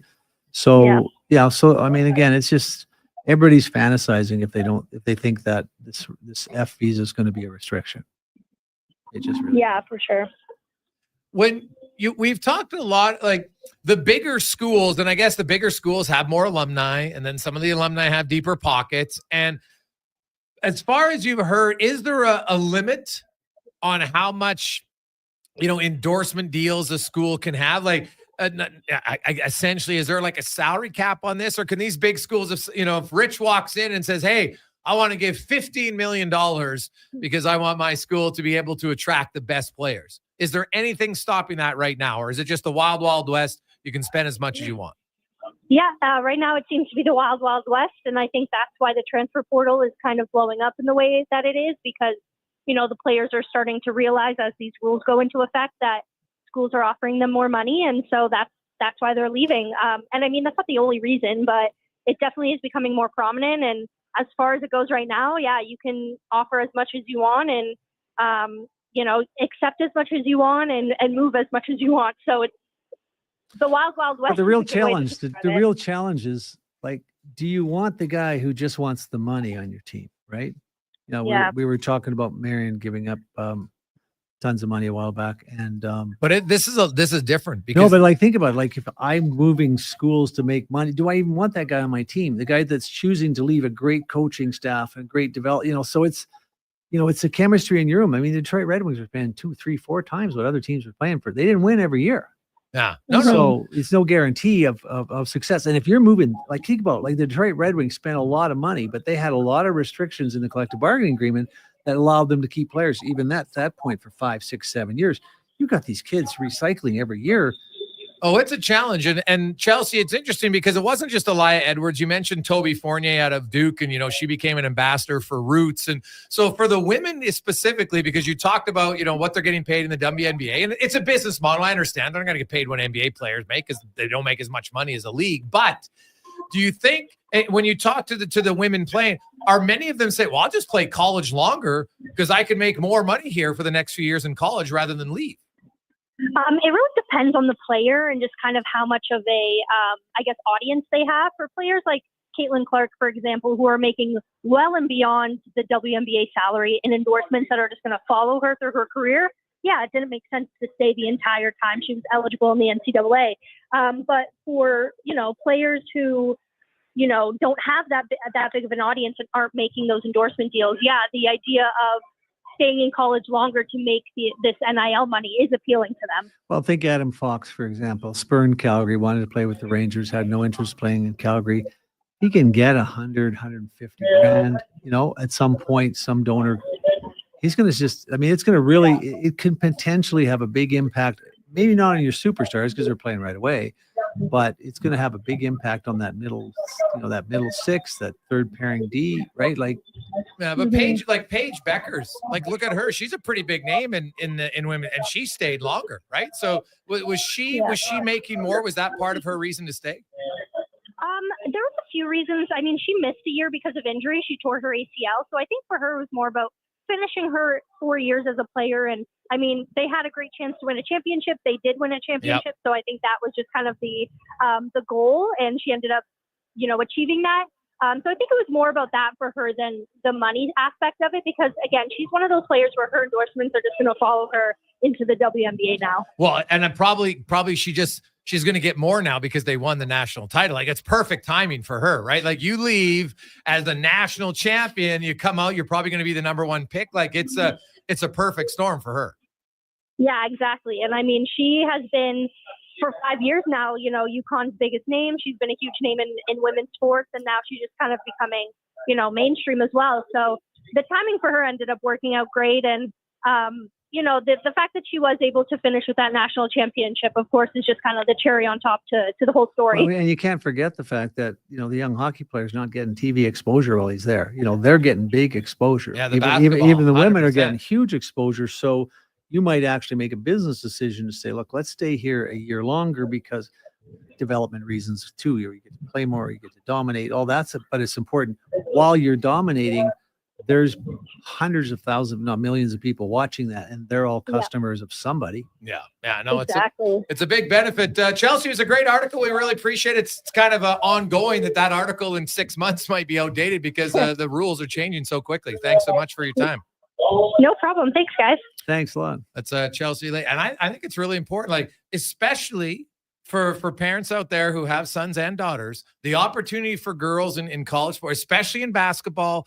Volleyball in some of those markets is really big. And, there's the national aspect is one side of it, But the local one, and that's where it's, I think the national big exposures, like if you get Adidas, you can come back to Canada, Rich. I don't care where you're playing, you're going to be able to do that. Right. But if you're playing at Northern Michigan or you're playing in Michigan and they've got, Bob's grocery store, Bob's, car lot, well, you can't get the nil money from him because you can't go back to Canada and promote it. You can, depending on how big Bob is, right? Yeah, well, if he's a national dealer. No, but even if he's a local dealer. So what you do is you shoot your commercial in Toronto, you sign the deal in Toronto, you get all the visuals done, and then you come back. Now he can't make any, so you're going to pay him $100 grand.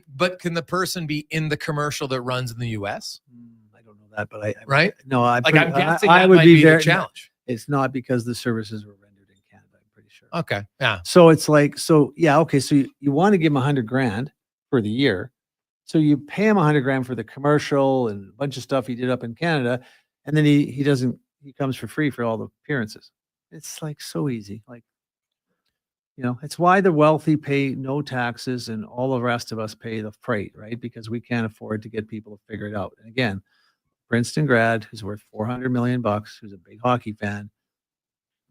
He was probably paying before the nil rights, right? Well, and then and we'll take a break. But the one thing I do want to get, the money's, because let's be honest, to start off in hockey, you know what? How many guys are going to get? You might get 20 grand, whatever. And that's great. Hey, 20 grand's better than nothing. Let's not kid ourselves here. But it's not life-altering money by any stretch. But some of the decisions, I believe, by some of these players, Rich, and we'll get into, and you're going to have dealing with this with young guys, and we'll talk about it next, and how I think the guidance, you've talked about opportunity, chase that over money.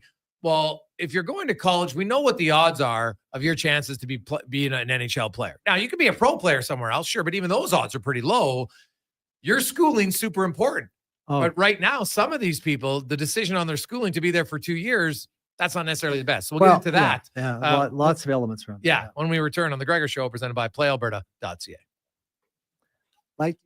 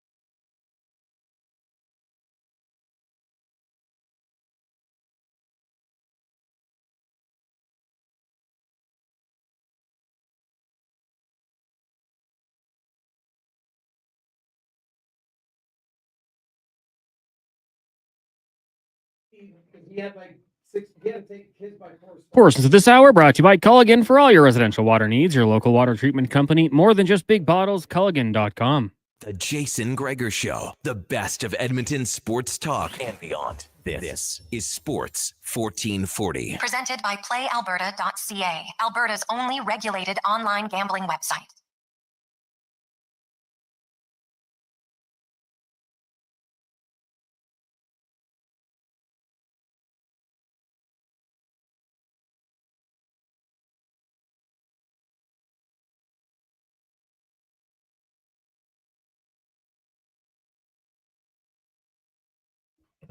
.448. Welcome back, Jason Gregor. Rich Winter here in the business of sports. And Rich, we got a lot of texts. Hey, guys, Zach Edey made a bundle at Purdue. Yeah, well, Zach Edey, sure, he's a top pick, and that's everything's great. We're talking about, because, U of A lost 6 guys. So I'm using them as an example. How many of those guys are going to be stars in NCAA hockey? I'm going to say not many. Right? So maybe none. So, you go there, it's 3 years. Now you have clients that are there. And so the other big thing at times is the myth of full ride scholarship, right? You get a full ride scholarship to NCAA, right? It doesn't always mean you have no cost, right? Like a lot of times you might have other expenses significantly on top of it. Pay your way there. There's lots of, there's it's not free. Yeah, no. Completely. No, not close, right? But there's so many elements that people don't think about. Like if you're really forward thinking, you got to think of your school and pick your school, because I don't care if you're a third line grinder who worked his tail off and never became an NHL player. There's a whole bunch of the people in that corporate community around that school that liked you as a player. Right. And there's job offers, and so, you might give up some, but you might get a 40-year career in an environment where you can make a lot of money and have if you want to stay working in the States. Yeah. Right. And who really wouldn't? If I won't remember, my family broke their arm this week, 9.5 hours in emergency to get a cast. I remember going to meet with Kyle Davidson, the GM in Chicago, and he didn't give me the right address, so I met him for lunch, and I went across the street and to get some directions, and I'm looking around it. This is a hospital. Yeah, he said, "Holy smokes, it's nicer than my hotel." And I honestly, if I had to do it over again, I would have never come back. From a lifestyle perspective, but I like it here. Obviously, I moved here and I have 5 kids, and I like it. But there's a lot not to like about Canada. Just go to emergency for a couple hours tomorrow night. Yeah. What's interesting though about it is, because as Chelsea mentioned, there's still so much unknown and it's changing every year. And so you have a player who's leaving WHL, right? Because now he got offers to go to NCAA. Yeah. And beforehand, you used to know, okay, this is the coach. I can look at I got these guys are seniors. They got 1 more year. These guys got 2 more years. Now I come in, I'm going to move up the ranks. I'm probably in the 3rd line the first year, but these guys are graduating. It's not like an NHL team where, I think I can be better than him. You just know there'll be an opportunity because those guys are gone. Yeah. But now the porthole changes all of that. How does that change? Does it even matter what school you originally choose to go to? Because the odds are they might bring in 3, because you can't control who's going to go in the porthole and who that school is going to approach. It could change dramatically. And I think you got to focus more though on the quality of the coaching staff, because that's likely the cohesive attraction for a lot of people. Okay. So if you're a good player, and I think the portal, I don't really like it. I'm sort of with Tom Brady in the sense, things are tough. You don't quit. It's why working through your marriage and working through relationships with your friends, all of that's part of the growth in life. And just walking away from every challenge is not a good thing. But on the other hand, there's some bad coaches out there in the NCAA and the NHL and various spots, and the ability to move away from that and get the information out that is the case. Maybe it improves the quality of coaching and in the entire business. So there's benefits to it, but it's just from a loyalty perspective. I grew up a BC Lions fan and Calgary Flames fan and Stampeders fan, and you like that all of those guys were there for a long time. Well, and so that's as an agent when you have a player, because I find and a lot of it when it comes to hockey now, depending on where you play, if you want to pay, you can make a team. Yeah. And so there's not a tryout, there's not getting cut, you get to play there. Everybody you're playing with. I'm not necessarily certain that's the best strategy, my own opinion on it, because you don't get to pick who your coach is at all levels, right? And when you get to the levels that truly matter, because no offense, where you're playing at U13 is irrelevant. Let's just call a spade a spade. It's irrelevant. You might think your kid's the best player there. Great. There's a lot of your kids in every other market. There's a best player on every team somewhere. Sometimes the second best. That's not playing ever in the NHL. Yeah, exactly. And so when we have this just moving around, and well, the minute I don't like where I'm at, I up and move. I just feel like every time you do that, you're creating less of an opportunity for your player to see and learn how to deal with adversity. Because the truth is, in pro sports, Rich, and you see, if you can't deal with adversity, oh man, you're probably not going to stay a professional athlete. You know, like I get guys complaining about their coach. Their coach is terrible. I go, yeah, he is. I wouldn't put my child in his environment if I could do anything else. But sorry, he's your coach, and they own your rights for 5 more years. So suck it up. And if you don't learn to do it, but that's the nature of the kids nowadays, right? They want instant gratification, right?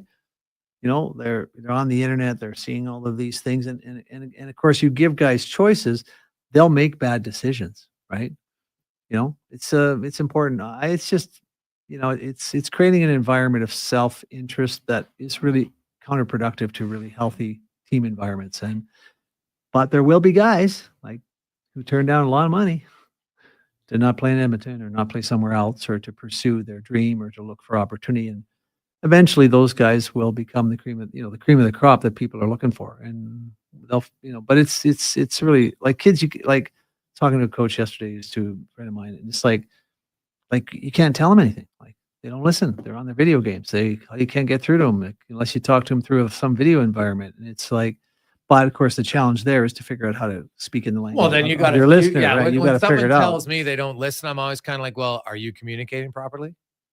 Well, I think there's a lot of both, right? Yes. But it's because it's easy for the coach to say, well, I always remember Coach Wooden. He has a great line, and he would go off and to watch coaches. You know, Coach was an awesome guy, and he would go watch high school coaches who invited him out, and they'd talk about what they're teaching their players, and he would say, well, you're not.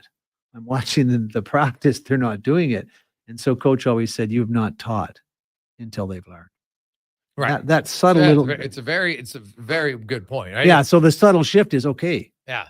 They're not doing it. It's Okay, their that's fault. my fault, which is maybe the reason why you fire the coach and not all the players, right? Because ultimately, he didn't get it out of them. Yeah, you can't. To me, when anybody says, well, none of the players are listening, I'm like, well, maybe your message is not being delivered. Believe me, if in an effective Cindy Crawford walked into the dressing room and had something to say, they would be listening to every single word she said.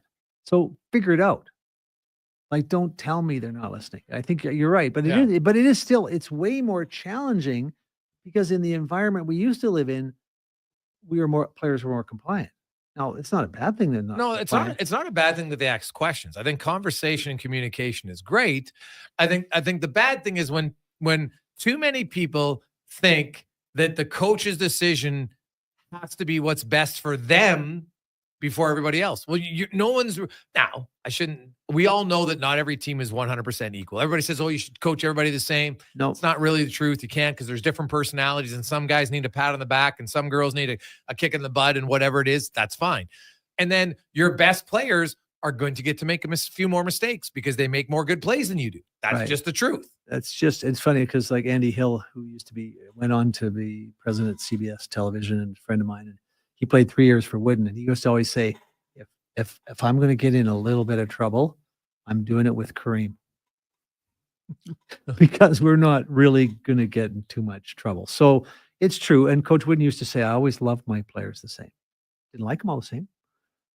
But you treat players based on what they earn and deserve. And that's not necessarily, that's fair treatment, not equal. And I think, but it is a bigger challenge now. And it's just frightening to me, right? That it is harder to motivate players. It's harder to help them through the challenges they have in life. The challenges in life are bigger than, they're distracted by the internet, just like the kids in our, at high school. How do you get through them? How do you help them? Well, we don't train the coaches. So some guy used to be a player and he won a bunch of games in the East Coast League, and next thing he's in the NHL, he's He doesn't know how to talk to them. He doesn't know how to do, to motivate them. And it's hard to imagine, like, the most important management person in the hockey team and any sports team is probably your coach. Right. And you're not training him to be a leader. Yeah. You're not training him to coach or to communicate. So what are you expecting when they don't communicate? Like, it's really bizarre to me. Like, but sports, because it's a monopoly run by labor lawyers, very little accountability, except on the ice, because those guys can't screw up without us noticing. We just got a lot of very average people in sports that fool a lot of people, right? How is it that a guy gets, he loses 3-4 environments and he gets another job? Well, there's just no training and development system. We need to look at the Moneyball model, not because that was transformative, because I always thought that bizarre that people thought that was transformative. They just started measuring their business. Like, the local grocery store was doing that, but nobody else was doing it. So that tells you how bad it was. But at the end of the day, what's interesting about the Moneyball environment is who they hired. Right. Princeton grads, Harvard grads, and they were smarter. We hear it all the time. Like, I hear it from owners all the time that they're told by the management team hockey's different. No, it's not. Yeah. It's not different. No, It's hire the right people, Yeah. train them properly, support them, provide them with the resources they need to be successful. It's like, but people buy that because they're intimidated. They're the billionaire adulated the GM when he was a player. And we just need to make a lot of changes to help this, because it does have a huge impact on the lives of players who aren't trained by, like Coach Wooden was proud of the doctors, the dentists, the lawyers, and the teachers that he created the foundation for the rest of their lives, as much as he was, about Bill Walton and Cream and those guys. And I think that we miss out on that. I think that if the real test of your program, whether it's college or hockey, is the quality of your alumni. If they're better men than their competitors, that will attract a lot of people long term, right? Right. Because the experience was so good, and we forget that they're men. Sometimes I forget that they're husbands and fathers. You sit down with like Mason yesterday, and yeah, it's a dad. And he's got the same problems that everybody else has, right? Yeah. And we need, as a group, I think sports needs to support those players that do what they do, held accountable at the level they are, to the extent that they create an opportunity for us to make an incredible lot of money. And for the most part, we're completely replaceable. There's very few executives are not replaceable. There's exceptions, but not like players. And ultimately, we really do owe responsibility to these guys to be better at our jobs, right? Rich, good stuff, buddy. We will chat with you again next Wednesday. The Business of Sport. Have a good week. Thanks. You too. That's Rich Winter. Joins us every Wednesday here on Sports 1440, Oilers Nation, YouTube, Facebook, and X. We'll take a quick break. We'll come back. We got Spec and more. We'll update you on the Oilers taking on the St. Louis Blues. 8:22 puck drop tonight. Let's get to the con man and a Sports 1440 update brought to you by Booster Juice. Mix it up with Booster Juice and their two new booster mixers, the Zesty Berry and the Bango Mango Booster Mixer. Download the Boosters Reward app and order one today. This is a Sports 1440 update. Game day, the Edmonton Oilers in action tonight.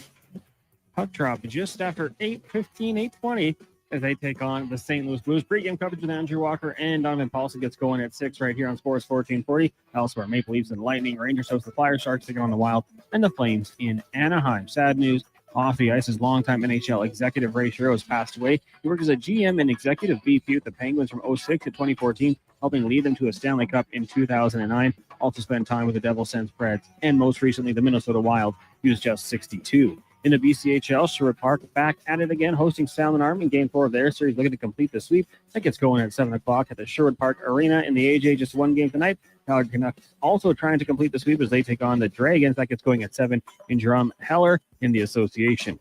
Tonight, Raptors host the Hornets. You got Luka making his return to Dallas as the Lakers take on the Mavs. Bulls host the Heat. Spurs up against the Warriors. Suns host the Thunder. Kings taking on the Nuggets. And the Rockets in LA for a battle with the Clippers. Major League Baseball, Toronto Blue Jays in action, bottom of the first. They lead the Red Sox 1-0.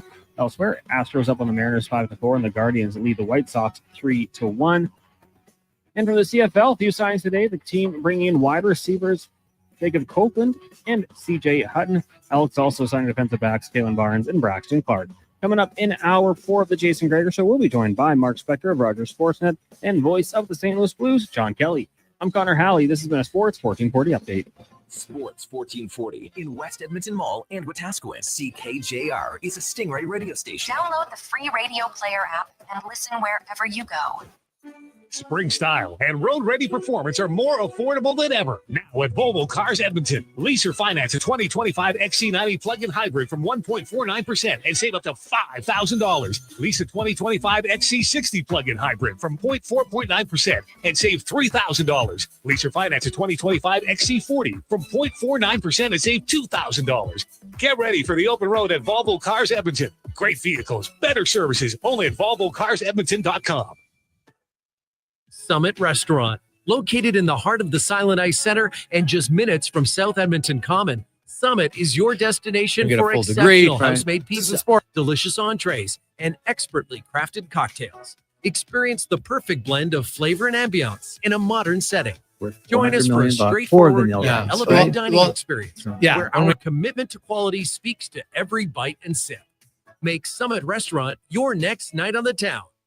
At Fountain Tire, our focus is taking care of your vehicle. Your focus? Saving up to 25% off select tires. Plus, getting up to a $120 mail-in rebate on a set of 4 select tires until April 26th. So we both win. Fountain Tire. We're on this road together. The Alzheimer's Face-Off presented by Christensen Communities Limited hits the ice April 25th to 27th, pairing hockey fans with some of their favorite players from the NHL Alumni Association for a fun-filled weekend in support of the Alzheimer's Society of Alberta and Northwest Territories. Friday features a champions luncheon followed by the teams hitting the ice on Saturday and Sunday in a friendly hockey tournament at Terwilliger Rec Center. To purchase a table to the champions luncheon or to learn more about how you can get involved in the tournament, visit alzheimersfaceoff.ca for more info. At McDonald's, there are new breakfast sandwiches with a secret ingredient. A secret ingredient? It's a little sweet, born in the cold, cradled by spring. Gotcha. It's maple. Well, yes, but let me finish. It's made with 100% Canadian maple syrup? Right again. It's a brand new smoky maple sauce featured in... Oh, some new McD's breakfast sandwiches. And you can try it before 11 a.m. only.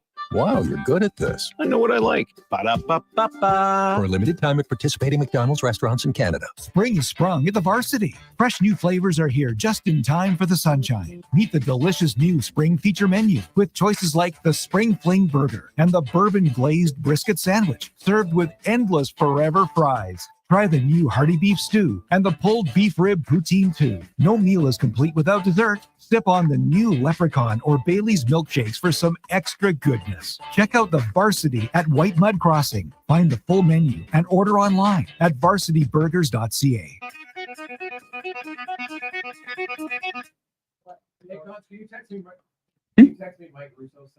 Sure. Portions of this hour brought to you by Japa Machinery. Did you know that Japa offers in-house and on-site service? Rain or shine, Japa's service department is here for you. Get a quote now at japamachinery.com. The Jason Gregor Show, the best of Edmonton sports talk and beyond. This is Sports 1440. Presented by PlayAlberta.ca, Alberta's only regulated online gambling website.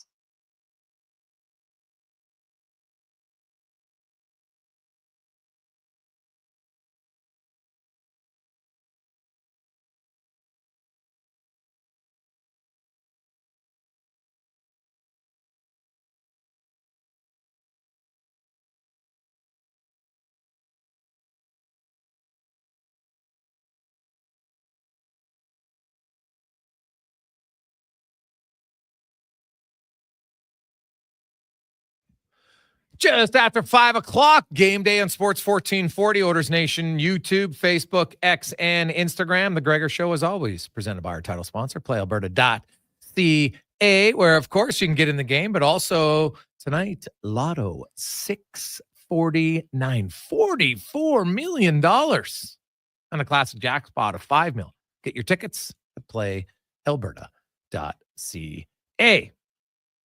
By the way, the question we had asked earlier, the answer was Marian Hossa had turned down the 8-year deal for the Oilers. Also, the Cons, who won? Who did you pick? Who won? Tickets from Play Alberta were from Louis. We're going to Louis, taking his grandpa. So Louis taking his grandfather, courtesy of playalberta.ca in the Sportsnet Lounge tonight. Ooh, or Sportsnet Club, I guess is the proper term. So nice. Enjoy that. Now let's get to the Spec Report, brought to you by GS Construction, the underground infrastructure specialists. And it is the time they are heating up, super busy. You want to work, you're looking for a job, reliable with an opportunity to grow. As Rich said, don't chase the money, chase opportunity. You get lots of opportunity at GS Construction. As Mark Spector from Rogers Sportsnet joins us in Spec, another game, another guy added to the walking wounded. It's Ryan Nugent-Hopkins. It's not an injury, but it's an illness. And it's almost bordering on comical right now at how banged up they are.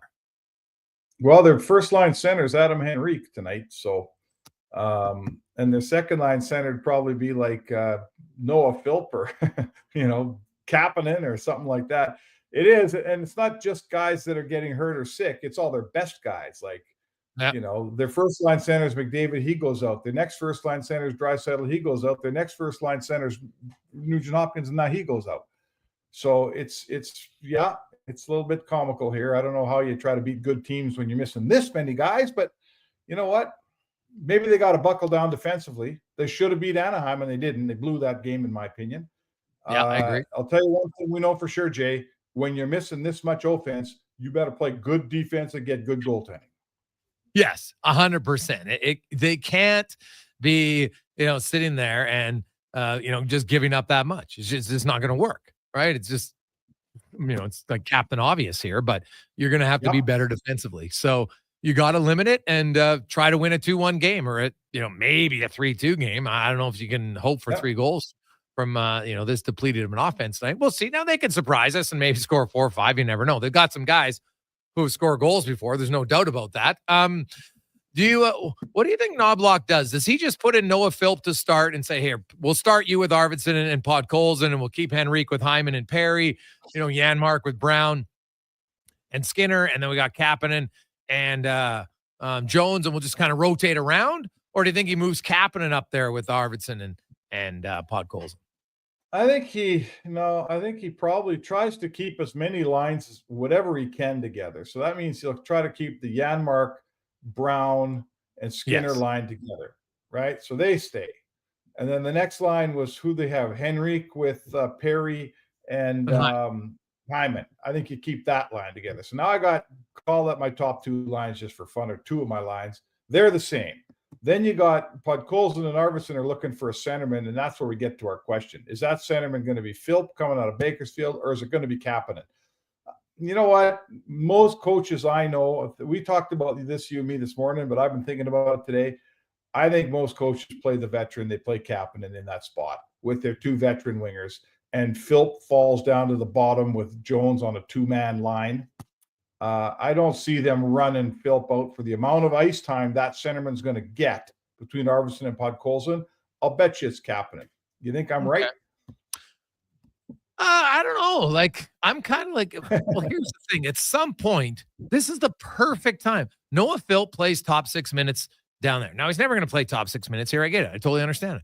But why not try for a game, right? Like, you know what Kapanen is, and Kapanen's never going to be a long-term center for you. So I would look at it and say, you know what? I'm just going to give Noah Philp that opportunity. And to me, now doesn't mean every shift's back. Obviously, Kapanen could get something. They could switch it up. But I'll say this about Philp. If I'm Noah Philp tonight, I got to get noticed, right? I want to get noticed, and I don't think it's going to be offensively. So it should be defensively, it should be physically, and it should be in faceoffs. I think he's got to do more than he did the last time he was up here. Yeah, that's for sure. Like, it starts defensively. It always starts defensively. Fans never want to hear this. I've been watching this sort of thing happen over a long, long time. 2 things don't usually happen. They don't usually look at the veteran captain who's been sitting there on the 4th line, slugging it out all year for you, and say, okay, there's a chance for a whole bunch of ice time, and we're going to give it to some kid we just called up from Bakersfield. We're not giving it to you. That almost never happens, right? And the other thing is, when you're Noah Philp, you don't ever come up here and score a bunch of goals and get a bunch of points and everyone goes, man, what a great offensive player. What you do is you come up quietly and you earn the coach's trust. And how do you earn his trust? You earn it by being a trustworthy defensive player. I know people don't love it. Everyone wants the young, hot kid to play on the first line. They wanted Puljujarvi to live next to McDavid, all that stuff. No one trusted that player. That's why he never got the chance. So Phil has to earn trust if he wants ice time. Kapanen has earned the trust. That's why I think he'll get the ice time. Okay. You look at Stuart Skinner. Sounds like he'll be ready Friday, according to non-block. And then, McDavid, Draisaitl, Ekholm, maybe one of those Winnipeg or LA games. Normally, Spec, they rest their guys in that final game of the season against the Sharks. Because of all the injuries, do you think they might play the guys or they not risk injury? What do you think happens? No, this is different. Like now we're down to 5 games left, and it's going to be about how many games do certain guys need. I think, frankly, we may be able to have a little bit of a tell on who is truly healthy and who's still looking for more rest by that San Jose game. Like, let's say Ekholm, he seems to have something that won't go away. If he comes back and plays a couple and sits out, I'm thinking to myself, okay, he doesn't want the game. The Connor McDavid I know is going to try to get in as many games as he can between now and the end. And I don't know when now is. Like, when's his first game going to be, right? I know. So Connor McDavid, if he gets back and play, if the San Jose game is his 3rd game back, I don't see him not playing in it. I just don't see that. So, yes, listen, unless something crazy happens and Calgary starts sneaking up on you, they're in the playoffs. They're the 3rd place team. Who cares how many points you get? I don't remember how many they got last year, and I don't care, right? No. They're the 3rd place team. They're living with that. They're planning around that. These last 5 games are just all about getting guys ready through injuries, hopefully a few games or a couple of games before playoffs start. The opponent, the day of the week, none of that, nothing else. Win, lose, draw, who cares, man? It's all about game 1 against LA now. No, that's fair. The game tonight against the Blues, Spec, and the Blues are an interesting team because, they've played 79 games, most in the league. They got 3 games left. They play tonight, then they don't play again until Saturday, and then they play one. So they only play, like I was looking at their schedule, they play like 2 games in the final 10 days. And I always wonder, rest is great, but when you're rolling, I don't know if they want that much time off. I'm kind of curious to see, did the Blues have this great run and it gets them in the playoffs, and then the playoffs come and it's just, they're not going to be able to ramp back up. You know what I mean? Yeah, I know what you mean. Like, listen, the Blues, what did they win? 12 straight, and then they've lost 1, right? Yeah. That's where we are. Yeah, they lost to Winnipeg on Monday. Yeah, they lost to a really good team, Winnipeg. Newsflash, the Blues aren't a 950 team, okay? They're a decent team. They're a pretty good team, I guess. They're not a 950 team. So somewhere between the team that was out of the race and the team that had to win 12 in a row to take over that wild card spot, that's where the Blues are. I'm interested tonight, Jay, because you know how winning streaks work. When you win 12, when you win like 8, 9, 10 in a row, you're rolling and keeping that streak alive. You get good luck. And the old chestnut, at the end of those streaks, you're probably not playing great, but you're winning a few anyway. We heard that 100,000 times. They've lost a game. They lost. That streak's over now, right? Now they're coming into Edmonton. And the question is, where do they take it? Usually there's a couple losses after one of those winning streaks, right? Usually if you win as many as 10 or 12 in a row, you lose 2 or 3. That's hockey. So I'll be interested to see their bounce back tonight. What kind of bounce back do the Blues have? They're in a position, they're going to make the playoffs. So it's not like they're desperate, right? So let's see what we get out of them tonight. They may be taking their foot off the gas just a little bit as well. Well, they're probably saying it's a great matchup here. No McDavid, no Draisaitl, no Ekholm, no Nugent Hopkins. But how bad do they need the points? How bad do they need the points? Do they really need the points? They haven't officially clinched. So, but yes, it'd be a surprise for sure. Just like Edmonton, it'd be a surprise if they didn't make it. But some teams are like, hey, let's just finish it off and make don't even make it a debate. Let's just get in and. It's not like Edmonton is loaded for bear here tonight with the roster that they're dressing. You know what I mean? They're not. I'll throw this at you. If let's say you're Monty, the head coach of the St. Louis Blues, Who do you want in the first round, Vegas or Winnipeg? Ooh, I think I want Winnipeg. Do you? You? I think so. Yeah. Who do you want? They're two pretty good teams, man. I don't know. Well, yeah. Like, so You who rather do you? play Like, Winnipeg I'll say this: I would never tell my team to lose a game, so I think I can play this team. I'll just say that because now you're just setting yourself up for some bad karma. No, but to me, it's all mental. Hey, everybody knows that. No sane coach says to his team, "Here's who we want to play." That doesn't happen. Like, that's just bad juju. It's bad coaching. It's just bad. But to me, there's a bit of a mental thing. You know that around that team, if it was the Oilers, we'd be talking about it all day. Who'd you rather play? Who do you think you should play? We talked about it with Vegas and LA, right? Who do you think you want? Would you rather be be in first and get, I think LA all day. But I remember you and me having that conversation. So my point is, inside that St. Louis room, they're thinking the same thing. So I don't know what their answer is. I don't even know what the Blues did against Vegas or what they did against Winnipeg this year. But, that might have something to do with how hard they give her at the end of these last 3 games too. Yeah, they probably haven't even thought about it up till this point because they were so focused on we just want to get in the playoffs. Robert Thomas spec. He's coming in looking like McDavid or Draisaitl. He's got 20 points in his last 9 games, over 2 points a game. He's got the most points in the NHL over the last 23 games since 4 Nations. Got 35 points in 23 games. Like, watch for Robert Thomas tonight. If you're an Oilers fan, this guy is absolutely killing it right now for the Blues. He's a really, really good player and has been for a while. The Blues, give the Blues credit, man. Like, they got young guys. I know they pulled off that heist on Edmonton and grabbed 2 more young guys. They're kind of like the Washington of the West. They won a cup, and now their rebuild. It looks like it didn't take very long, right? Like, they're pretty good again all of a sudden. And they got a bunch of young guys on their roster that are good players. So I think, good for the Blues. And I guarantee you they go hard after Trent Frederick this summer.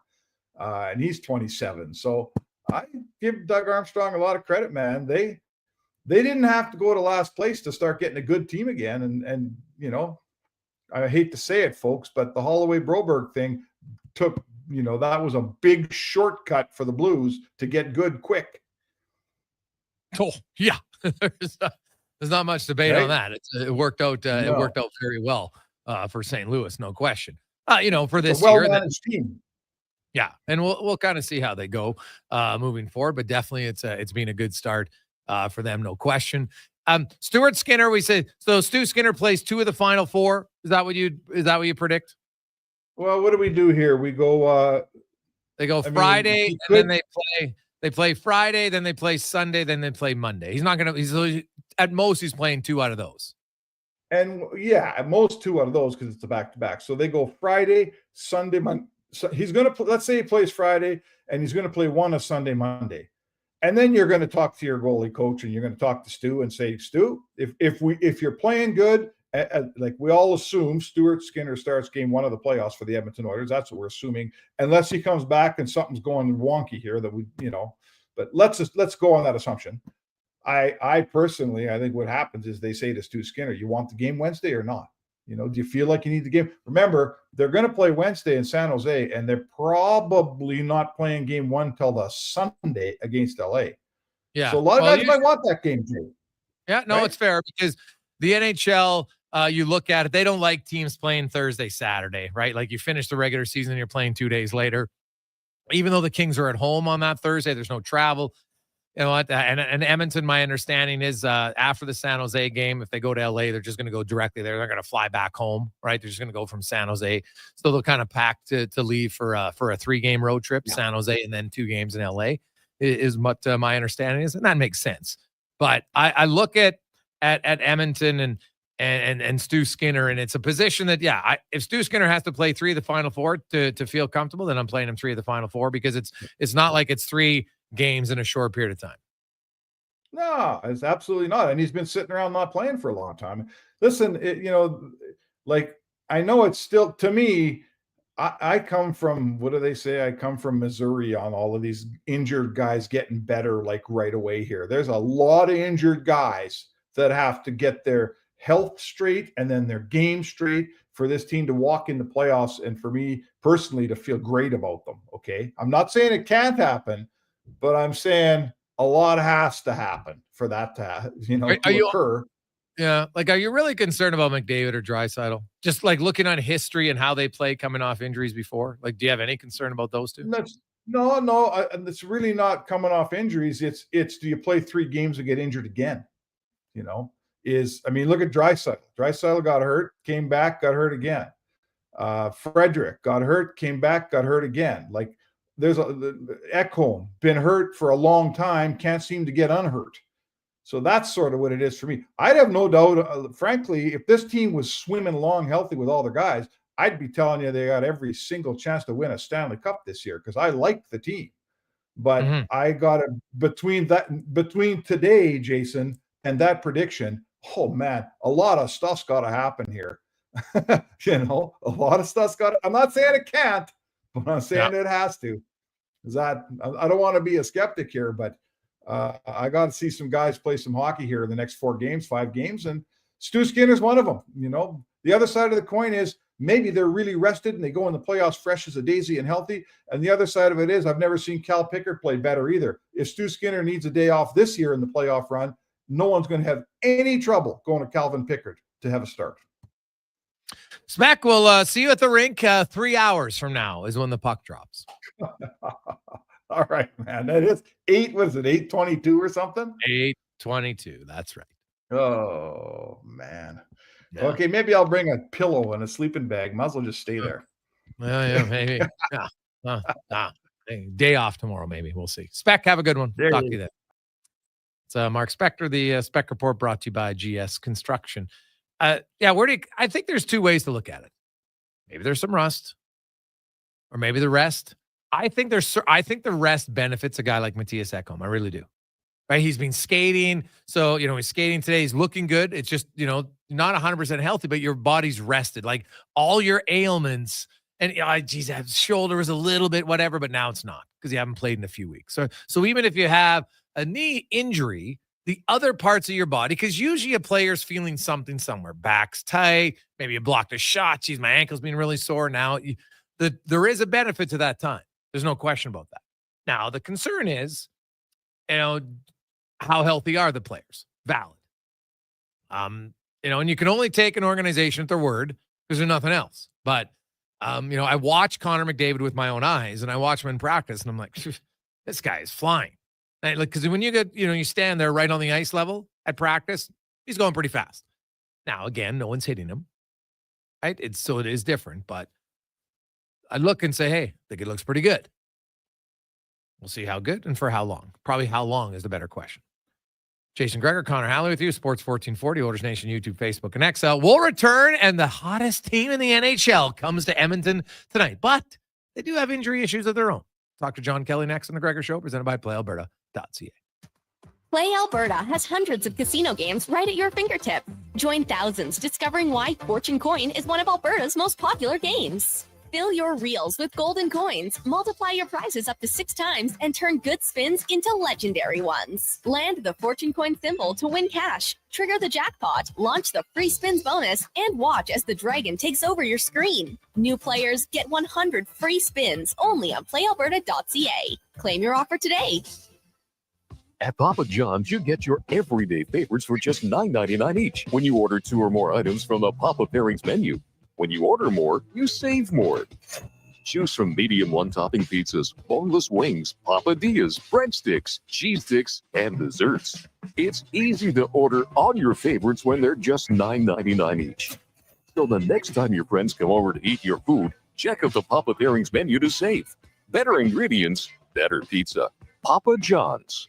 My utility bills are going through the roof. How can I take advantage of the sun and put my lazy roof to work? Sounds like a job for the men and women of Action Electrical. Energy team reporting. When you're ready to make your home or business more efficient, Action Electrical has the power to install solar panel systems and EV chargers. Facing an electrical menace? Call on the men and women of Action. Operating throughout Alberta with supercharged skills and strong family values. ActionElectrical.net. I'm tired of waking up tired. Waking up tired. Yeah, waking up tired. Are you tired of waking up tired? Come visit our sleep experts at the Brick Mattress Store. Get Canada's guaranteed lowest prices on all things sleep. Plus, try your new mattress for 6 months. If you don't love it, we'll find one you do. Some conditions apply. Stop waking up tired. Get the right mattress guaranteed. Only at the Brick Mattress Store.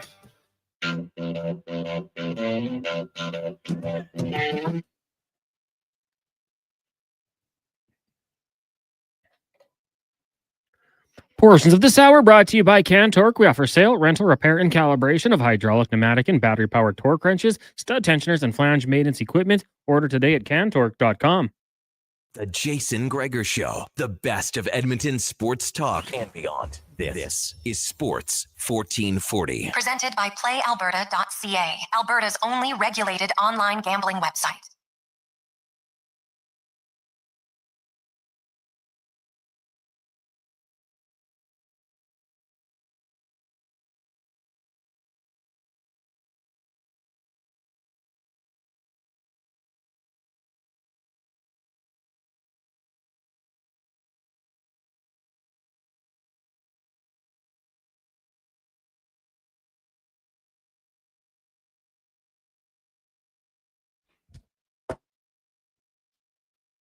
$5:28. Oh, interesting. Chris Johnson reporting. McDavid might play tonight now for the Edmonton Oilers. Ooh. Now, he was on the ice. He was actually one of the first guys off the ice. Didn't stay out late. So, there you go. Now, Chris Knobloch, getting in playoff mode. He said, thinks within a week he had said McDavid or Draisaitl day to day. So, who knows? Maybe you'll see 97 tonight. That would be a big boost. Would probably calm down some people. Calm them down a little bit. So there you go. Now, the St. Louis Blues come to town. They got their own McDavid lately. Robert Thomas, 20 points in his last 9 games. He's on a 9-game heater. He's actually been the most productive player in the NHL since Four Nations with 35 points in 23 games. Kucherov second with 34. As we get to our playoff push, brought to you by Alberta GMC dealers, and Truck Month is on now at GMC. Get a $5,000 cash purchase credit on 2025 Sierra HD models. See more at gmccanada.ca. And to talk about Thomas and the Red Hot Blues, a gentleman who watches every game closely, voice of the Blues, John Kelly, joins us. And John, it was quite a run, 12 straight. Obviously, it's been longer than that. They're 18-2-3 in their last 23 games. And it'd be impossible to pinpoint one thing. So what's been the collective that's led to this turnaround for the Blues? Well, Jason, I think obviously it was their team game coming out of the Four Nations tournament that just really kicked into high gear. And I don't know really why. They had 3 or 4 practices before their first game against Winnipeg on the 22nd. They tweaked a few things. But more than that, I think they just were a determined group and have been a determined group. And it's not obviously just one player. It's not really, necessarily the goaltending, although it has been very good. But, they went at one point, I believe, 12, 13 games in a row with the same exact 12 forwards and the same exact 4 forward lines, which you rarely see in today's game, as you know, Jason. So, and they've also had this incredible run, at least most of it, without Colton Parayko. So it's really impressive. But I think that the biggest thing is that they have just played a really good team game, great defensive work, and just solid hockey. That's all I can say. So Dylan Holloway's had an unreal year for the Blues. They're just that $2.3 million offer sheet's looking like an absolute bargain for them. 26 goals, 63 points. Unfortunately, he got hurt 2 games ago. What's the latest update? Are they hoping he'll be back for the playoffs, or is that still a question mark? Well, I think it's a question mark because he's listed as day-to-day, or week-to-week, pardon me. He had a lower body injury. He got hit by McGroarty of Pittsburgh, sort of on the hip and the leg. So I'm not sure exactly what it is. I do know he is not on the road trip with the Blues. It's a 3-game road trip that ends Saturday in Seattle. So the Blues are certainly hoping to get him back. He's obviously had a fantastic year. So I don't have any kind of update, and I won't get an update because, as we know in hockey, these things are kept very quiet and close to the vest at this time of year. So looking at the Blues, and obviously, hey, anytime you got a guy who's rolling offensively like that and kind of carrying your team, it helps. But the rest of their team is scoring. They're the highest scoring team in the league. They've allowed the 6th fewest goals in the same span. Their average win is like 1.52 goals per game. So that's really impressive, John. I guess the big question is, we've seen the Blues do this before in 2019, but that doesn't mean it's repeatable. It's a very different team. What about Parayko? Is he skating with the team? Is he close? Yeah, he actually is on the road trip, and he's not going to play tonight. But I think they're hoping to get him in either Saturday or certainly by Tuesday, their last regular season game. So I think he is very close. He hurt his knee in LA in early March, had to have an arthroscopic procedure on it. So yeah, the answer is he's extremely close, and obviously they certainly miss him. Oh, God, that'd be a massive addition for them on the back end. 20 minutes a night, huge guy, lots of playoff experience, won a cup, was in the Four Nations. So that would be massive. Now, John, both teams are going to be difficult, no question. But if you look at the season series and you look at matchup, do the Blues match up better against Vegas or Winnipeg? I've been asked that a lot lately, and I've thought about it, talking, internally with our broadcast people. And, I think the one difference to me, and they're both excellent teams, as you know, and everybody knows. But I think the biggest difference to me is that the Vegas Golden Knights have championship pedigree, and the Winnipeg Jets certainly do not. And there's also going to be a ton of pressure on Winnipeg in the first round after what happened last year in the first round against Colorado. So I think they're going to feel more pressure. Is that going to be a factor if the Blues play them? I don't know. But I look at that Vegas team, and I don't know exactly how many Stanley Cup winners they have left from their team a couple of years ago. I do know they have 2-time Cup champions in Pietrangelo and Barbashev that are still a big part of their team. So I think that's perhaps what separates the two teams in my mind is their championship pedigree. Yeah. John Kelly joined us, Sports 1440, Oilers Nation, YouTube, Facebook, and X. John, looking at the, kind of Binnington and Hofer, and Binnington's obviously been very good, but Joel Hofer's played quite well for them. It's not a split duty by any stretch of the imagination, but maybe just talk about how they've used their goaltending and how Binnington, despite playing in Four Nations, really hasn't been taxed here down the stretch by the Blues. No, the Blues have a game plan, and generally they play Binnington 2 games, and then they play Hofer the next game. Now, they played Hofer in Winnipeg the other night after Binnington played on Saturday, but that probably was because Hofer is from Winnipeg. And he played really well. He kept the Blues in the game. Quite honestly, they were outplayed badly in the game and lost 3-1 and empty net goal. But Binnington, when he's a rested goaltender, he's a much better goaltender. I know that sounds rather obvious, but the facts are that, you see Jordan in street clothes. He's not a very big guy. I mean, he's about 6'2", but he's very thin. So I've seen over the years when the Blues have had to play him a lot or perhaps too much, he can get worn down. So the Blues this year have had the luxury, and even last year when Hofer won 15 games, they've had the luxury now of using both goaltenders. And I think that their tandem of Binnington and Hofer is as good as, quite honestly, almost any tandem in the NHL right now. Yeah, no, it's pretty solid. Lastly, so it's not just Thomas. They've had other guys, Buchnevich. You've got Jordan Kyrou. It's too early yet, but do you get the sense the Blues have done a little bit like Washington here, kind of retooled on the fly? Yeah, they did, and it certainly helped. And I don't really want to rub it in, but the big reason they retooled on the fly and got to where they are is because of Broberg and Holloway. I mean, those two have made such a huge difference for this hockey team. I can't tell you how great they have both been.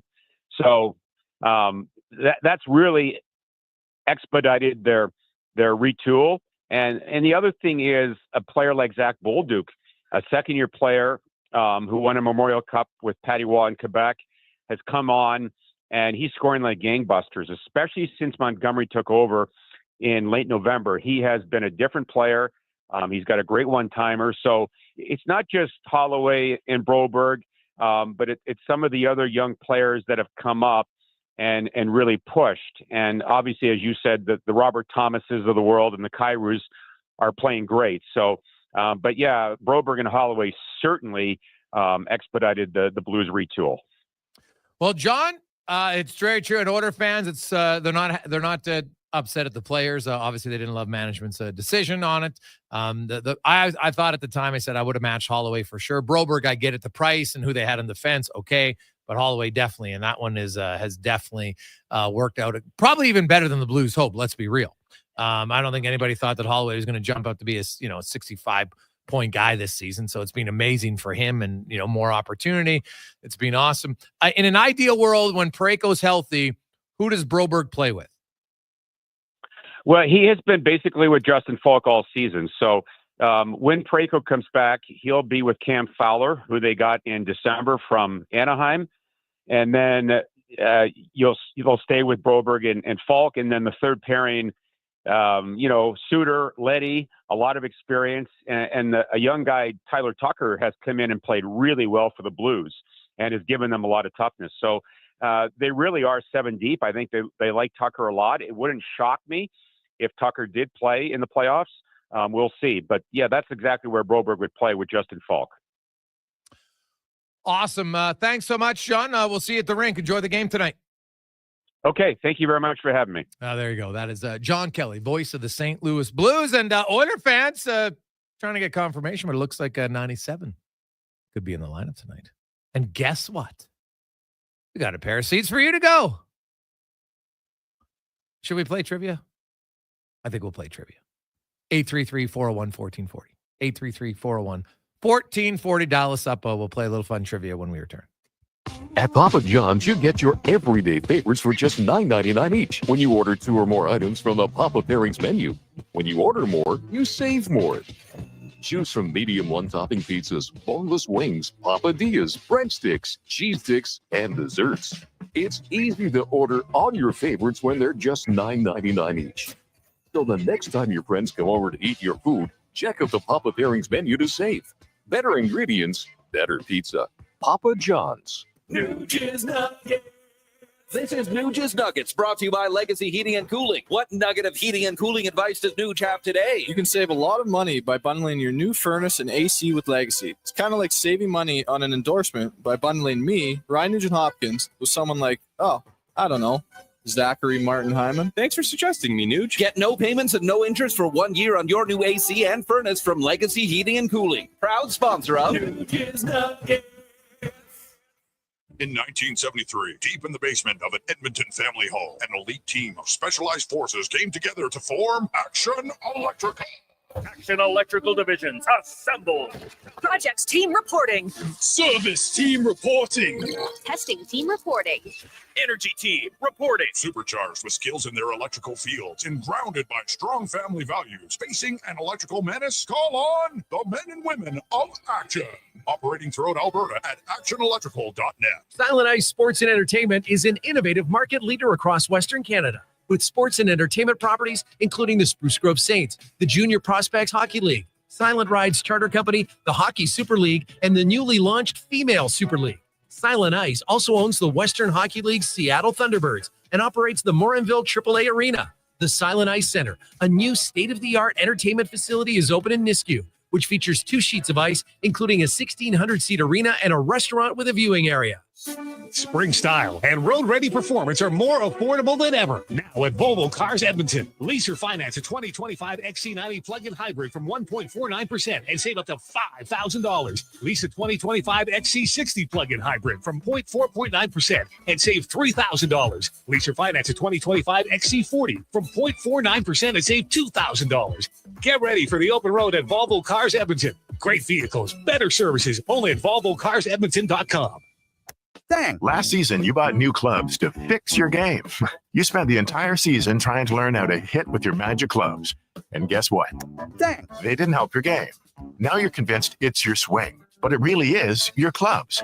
Even though you were told the ones you bought were the best ever made, if they were, you would have gotten better. Every day at Fitted Golf, we continue to prove the right clubs make all the difference in the world. From beginners to pros, Fitted Golf makes all the difference. Yes. Fittedgolf.ca. Explore Internet just got 10 times faster. 5G Ultra brings incredible speeds to homes in rural and small town Canada. Upgrade today at xplore.ca.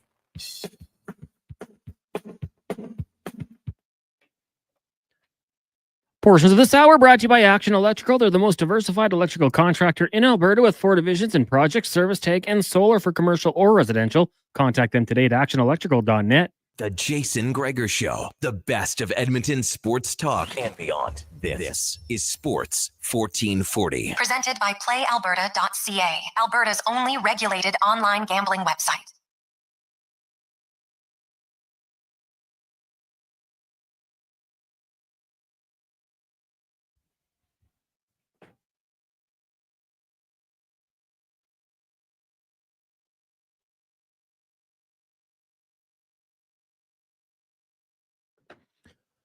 .543, Jason Gregor, Connor Halley, Sports 1440, Oilers Nation, YouTube, Facebook, and X.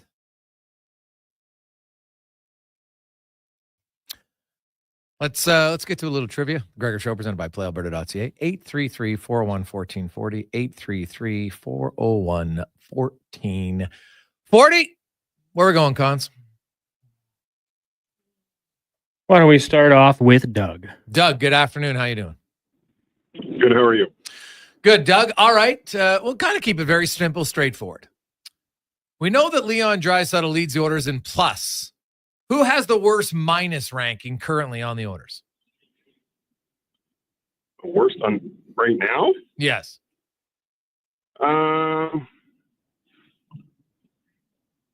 Max Jones. Max Jones. Well, good guess.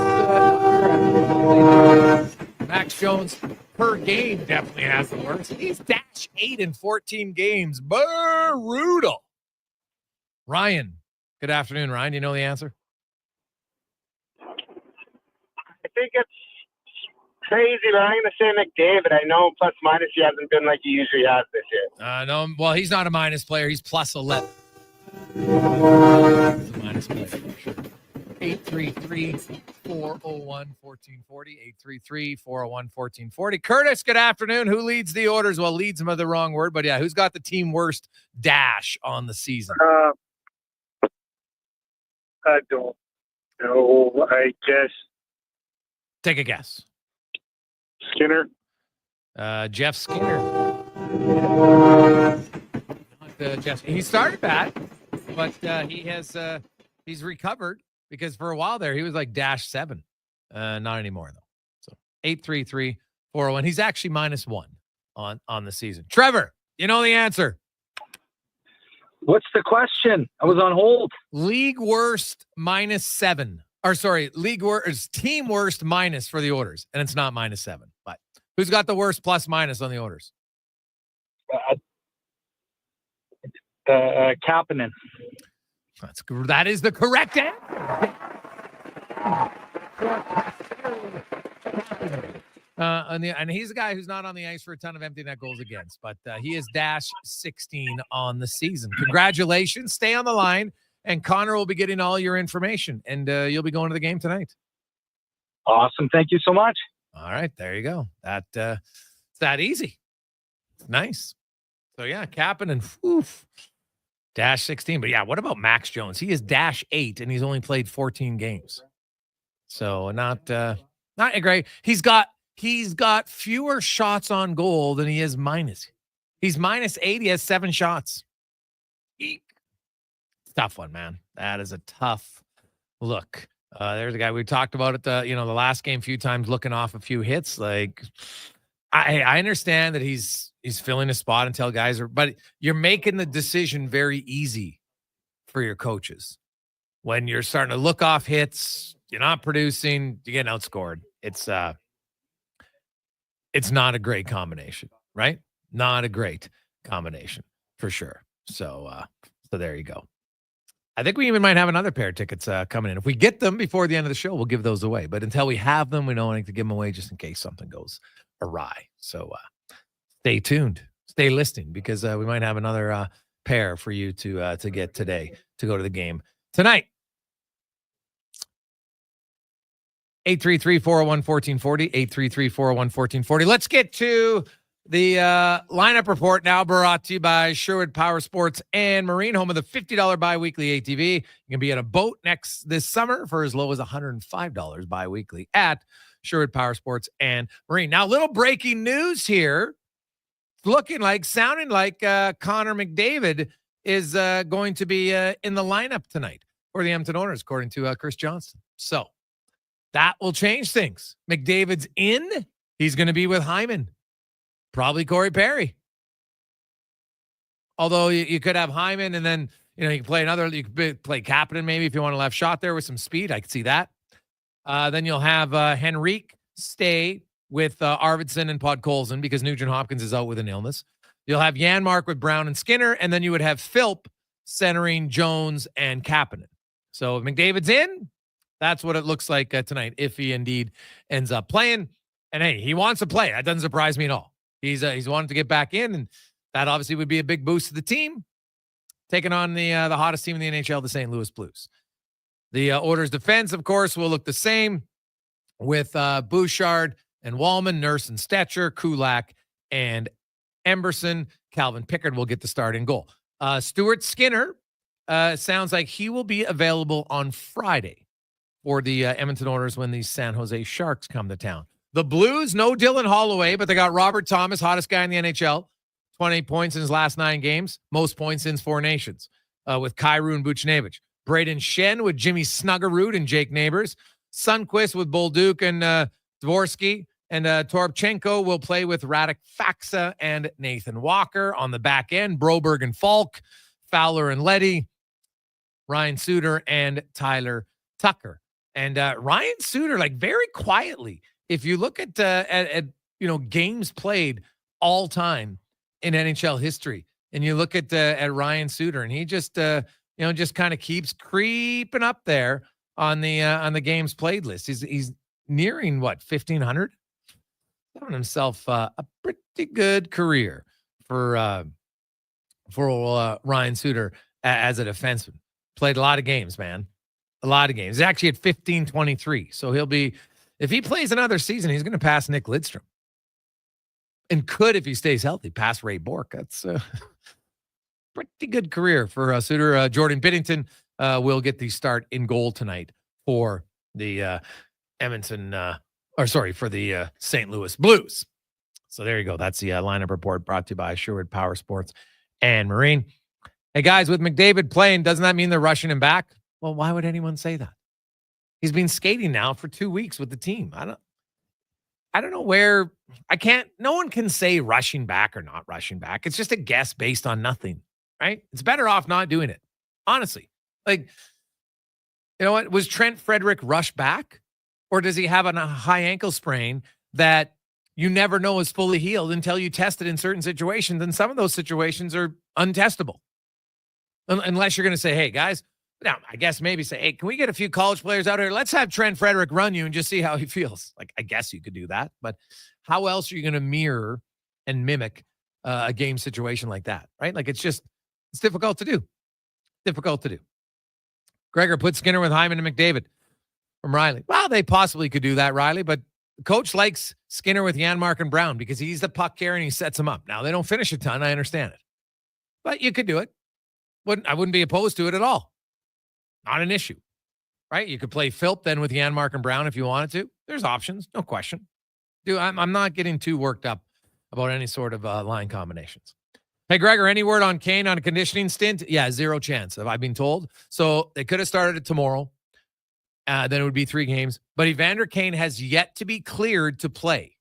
So they're not going to do that and put him in the American League when he hasn't been cleared to play. So that's what I was told.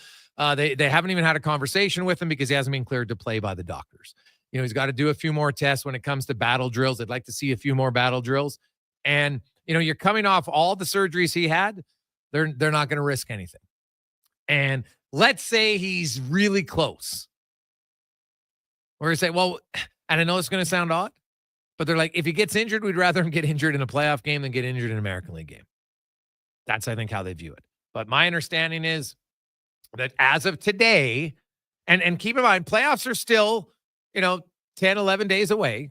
And just because you don't get the green light today doesn't mean you can't get the green light on Tuesday or next Wednesday.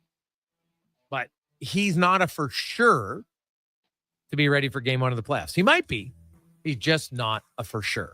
That's all. On behalf of Connor Halley, Declan Kruger, all of our guests, I'm Jason Gregor. Thanks for listening. Thanks for watching on YouTube and Facebook and X. Listening to Sports 1440, sports1440.ca. Have yourselves a great night and enjoy the game. We got the pregame show coming up a little bit later on, 7:30. 7 o'clock tonight, or the pregame show. On behalf 6 o'clock. Oh, they're going long times. They're coming up next. Awesome. There you go. They changed on the fly. I like it. It's a little extended edition of the pregame show. Let's get to the Con Man Sports 1440 update, brought to you by Legacy Heating and Cooling, home with no payments, no interest for 1 year on your AC unit. Think cool. Think legacyheating.ca. Good night. This is the Sports 1440 update. It is game day. The Edmonton Oilers hosting the St. Louis Blues down at Rogers Place. Puck drop set for 8:22. Good news is reports say Connor McDavid will return to the lineup for the Oilers. That'll be confirmed on our pregame coverage with Andrew Walker and Donovan Paulson coming up next year on Sports 1440. Elsewhere tonight, after 20 minutes, the Leafs lead the Lightning 2-1. And midway through the first, scoreless between the Rangers and the Flyers. Later tonight, you've got the Sharks taking on the Minnesota Wild. Then at 8 o'clock, the Ducks hosting the Calgary Flames. In the association, it's early. The Raptors trail the Hornets 9-8. In Dallas, Luka Doncic making his return. The Mavs lead the Lakers 17-14 in the second quarter out in Orlando. Magic beating up on the Celtics 47-28, and the Sixers lead the Wizards 40-34. Later on, you got the Bulls and the Heat. Spurs take on the Warriors. Suns host the Thunder, and Clippers up against the Rockets in the majors. Blue Jays right now tied with the Red Sox at 1 apiece in the bottom of the fifth. You've also got the Guardians leading the White Sox 3-1, and the Angels trailing the Rays 4-1. Later this evening, Rockies host the Brewers. In the Edmonton area tonight, we've got the Sherwood Park Crusaders taking on Salmon Arm with a chance to complete the sweep over the Silverbacks. That gets going at 7 o'clock in the Sherwood Park Arena. In the AJ, just one game tonight, the Calgary Canucks also look to complete the sweep as they take on the Dragons. That gets going at 7 o'clock from Drumheller. And the Edmonton Elks making a couple moves today, bringing in wide receivers Jacob Copeland and C.J. Hutton, along with defensive backs Kalen Barnes and Braxton Clark. That's going to do it for us here on the Jason Gregor Show. Coming up next, it's pregame coverage with Andrew Walker and Donovan Paulson. And remember, once the game wraps, tune in for postgame coverage right here on Sports 1440. I'm Connor Halley. This has been a Sports 1440 update. This is Sports 1440.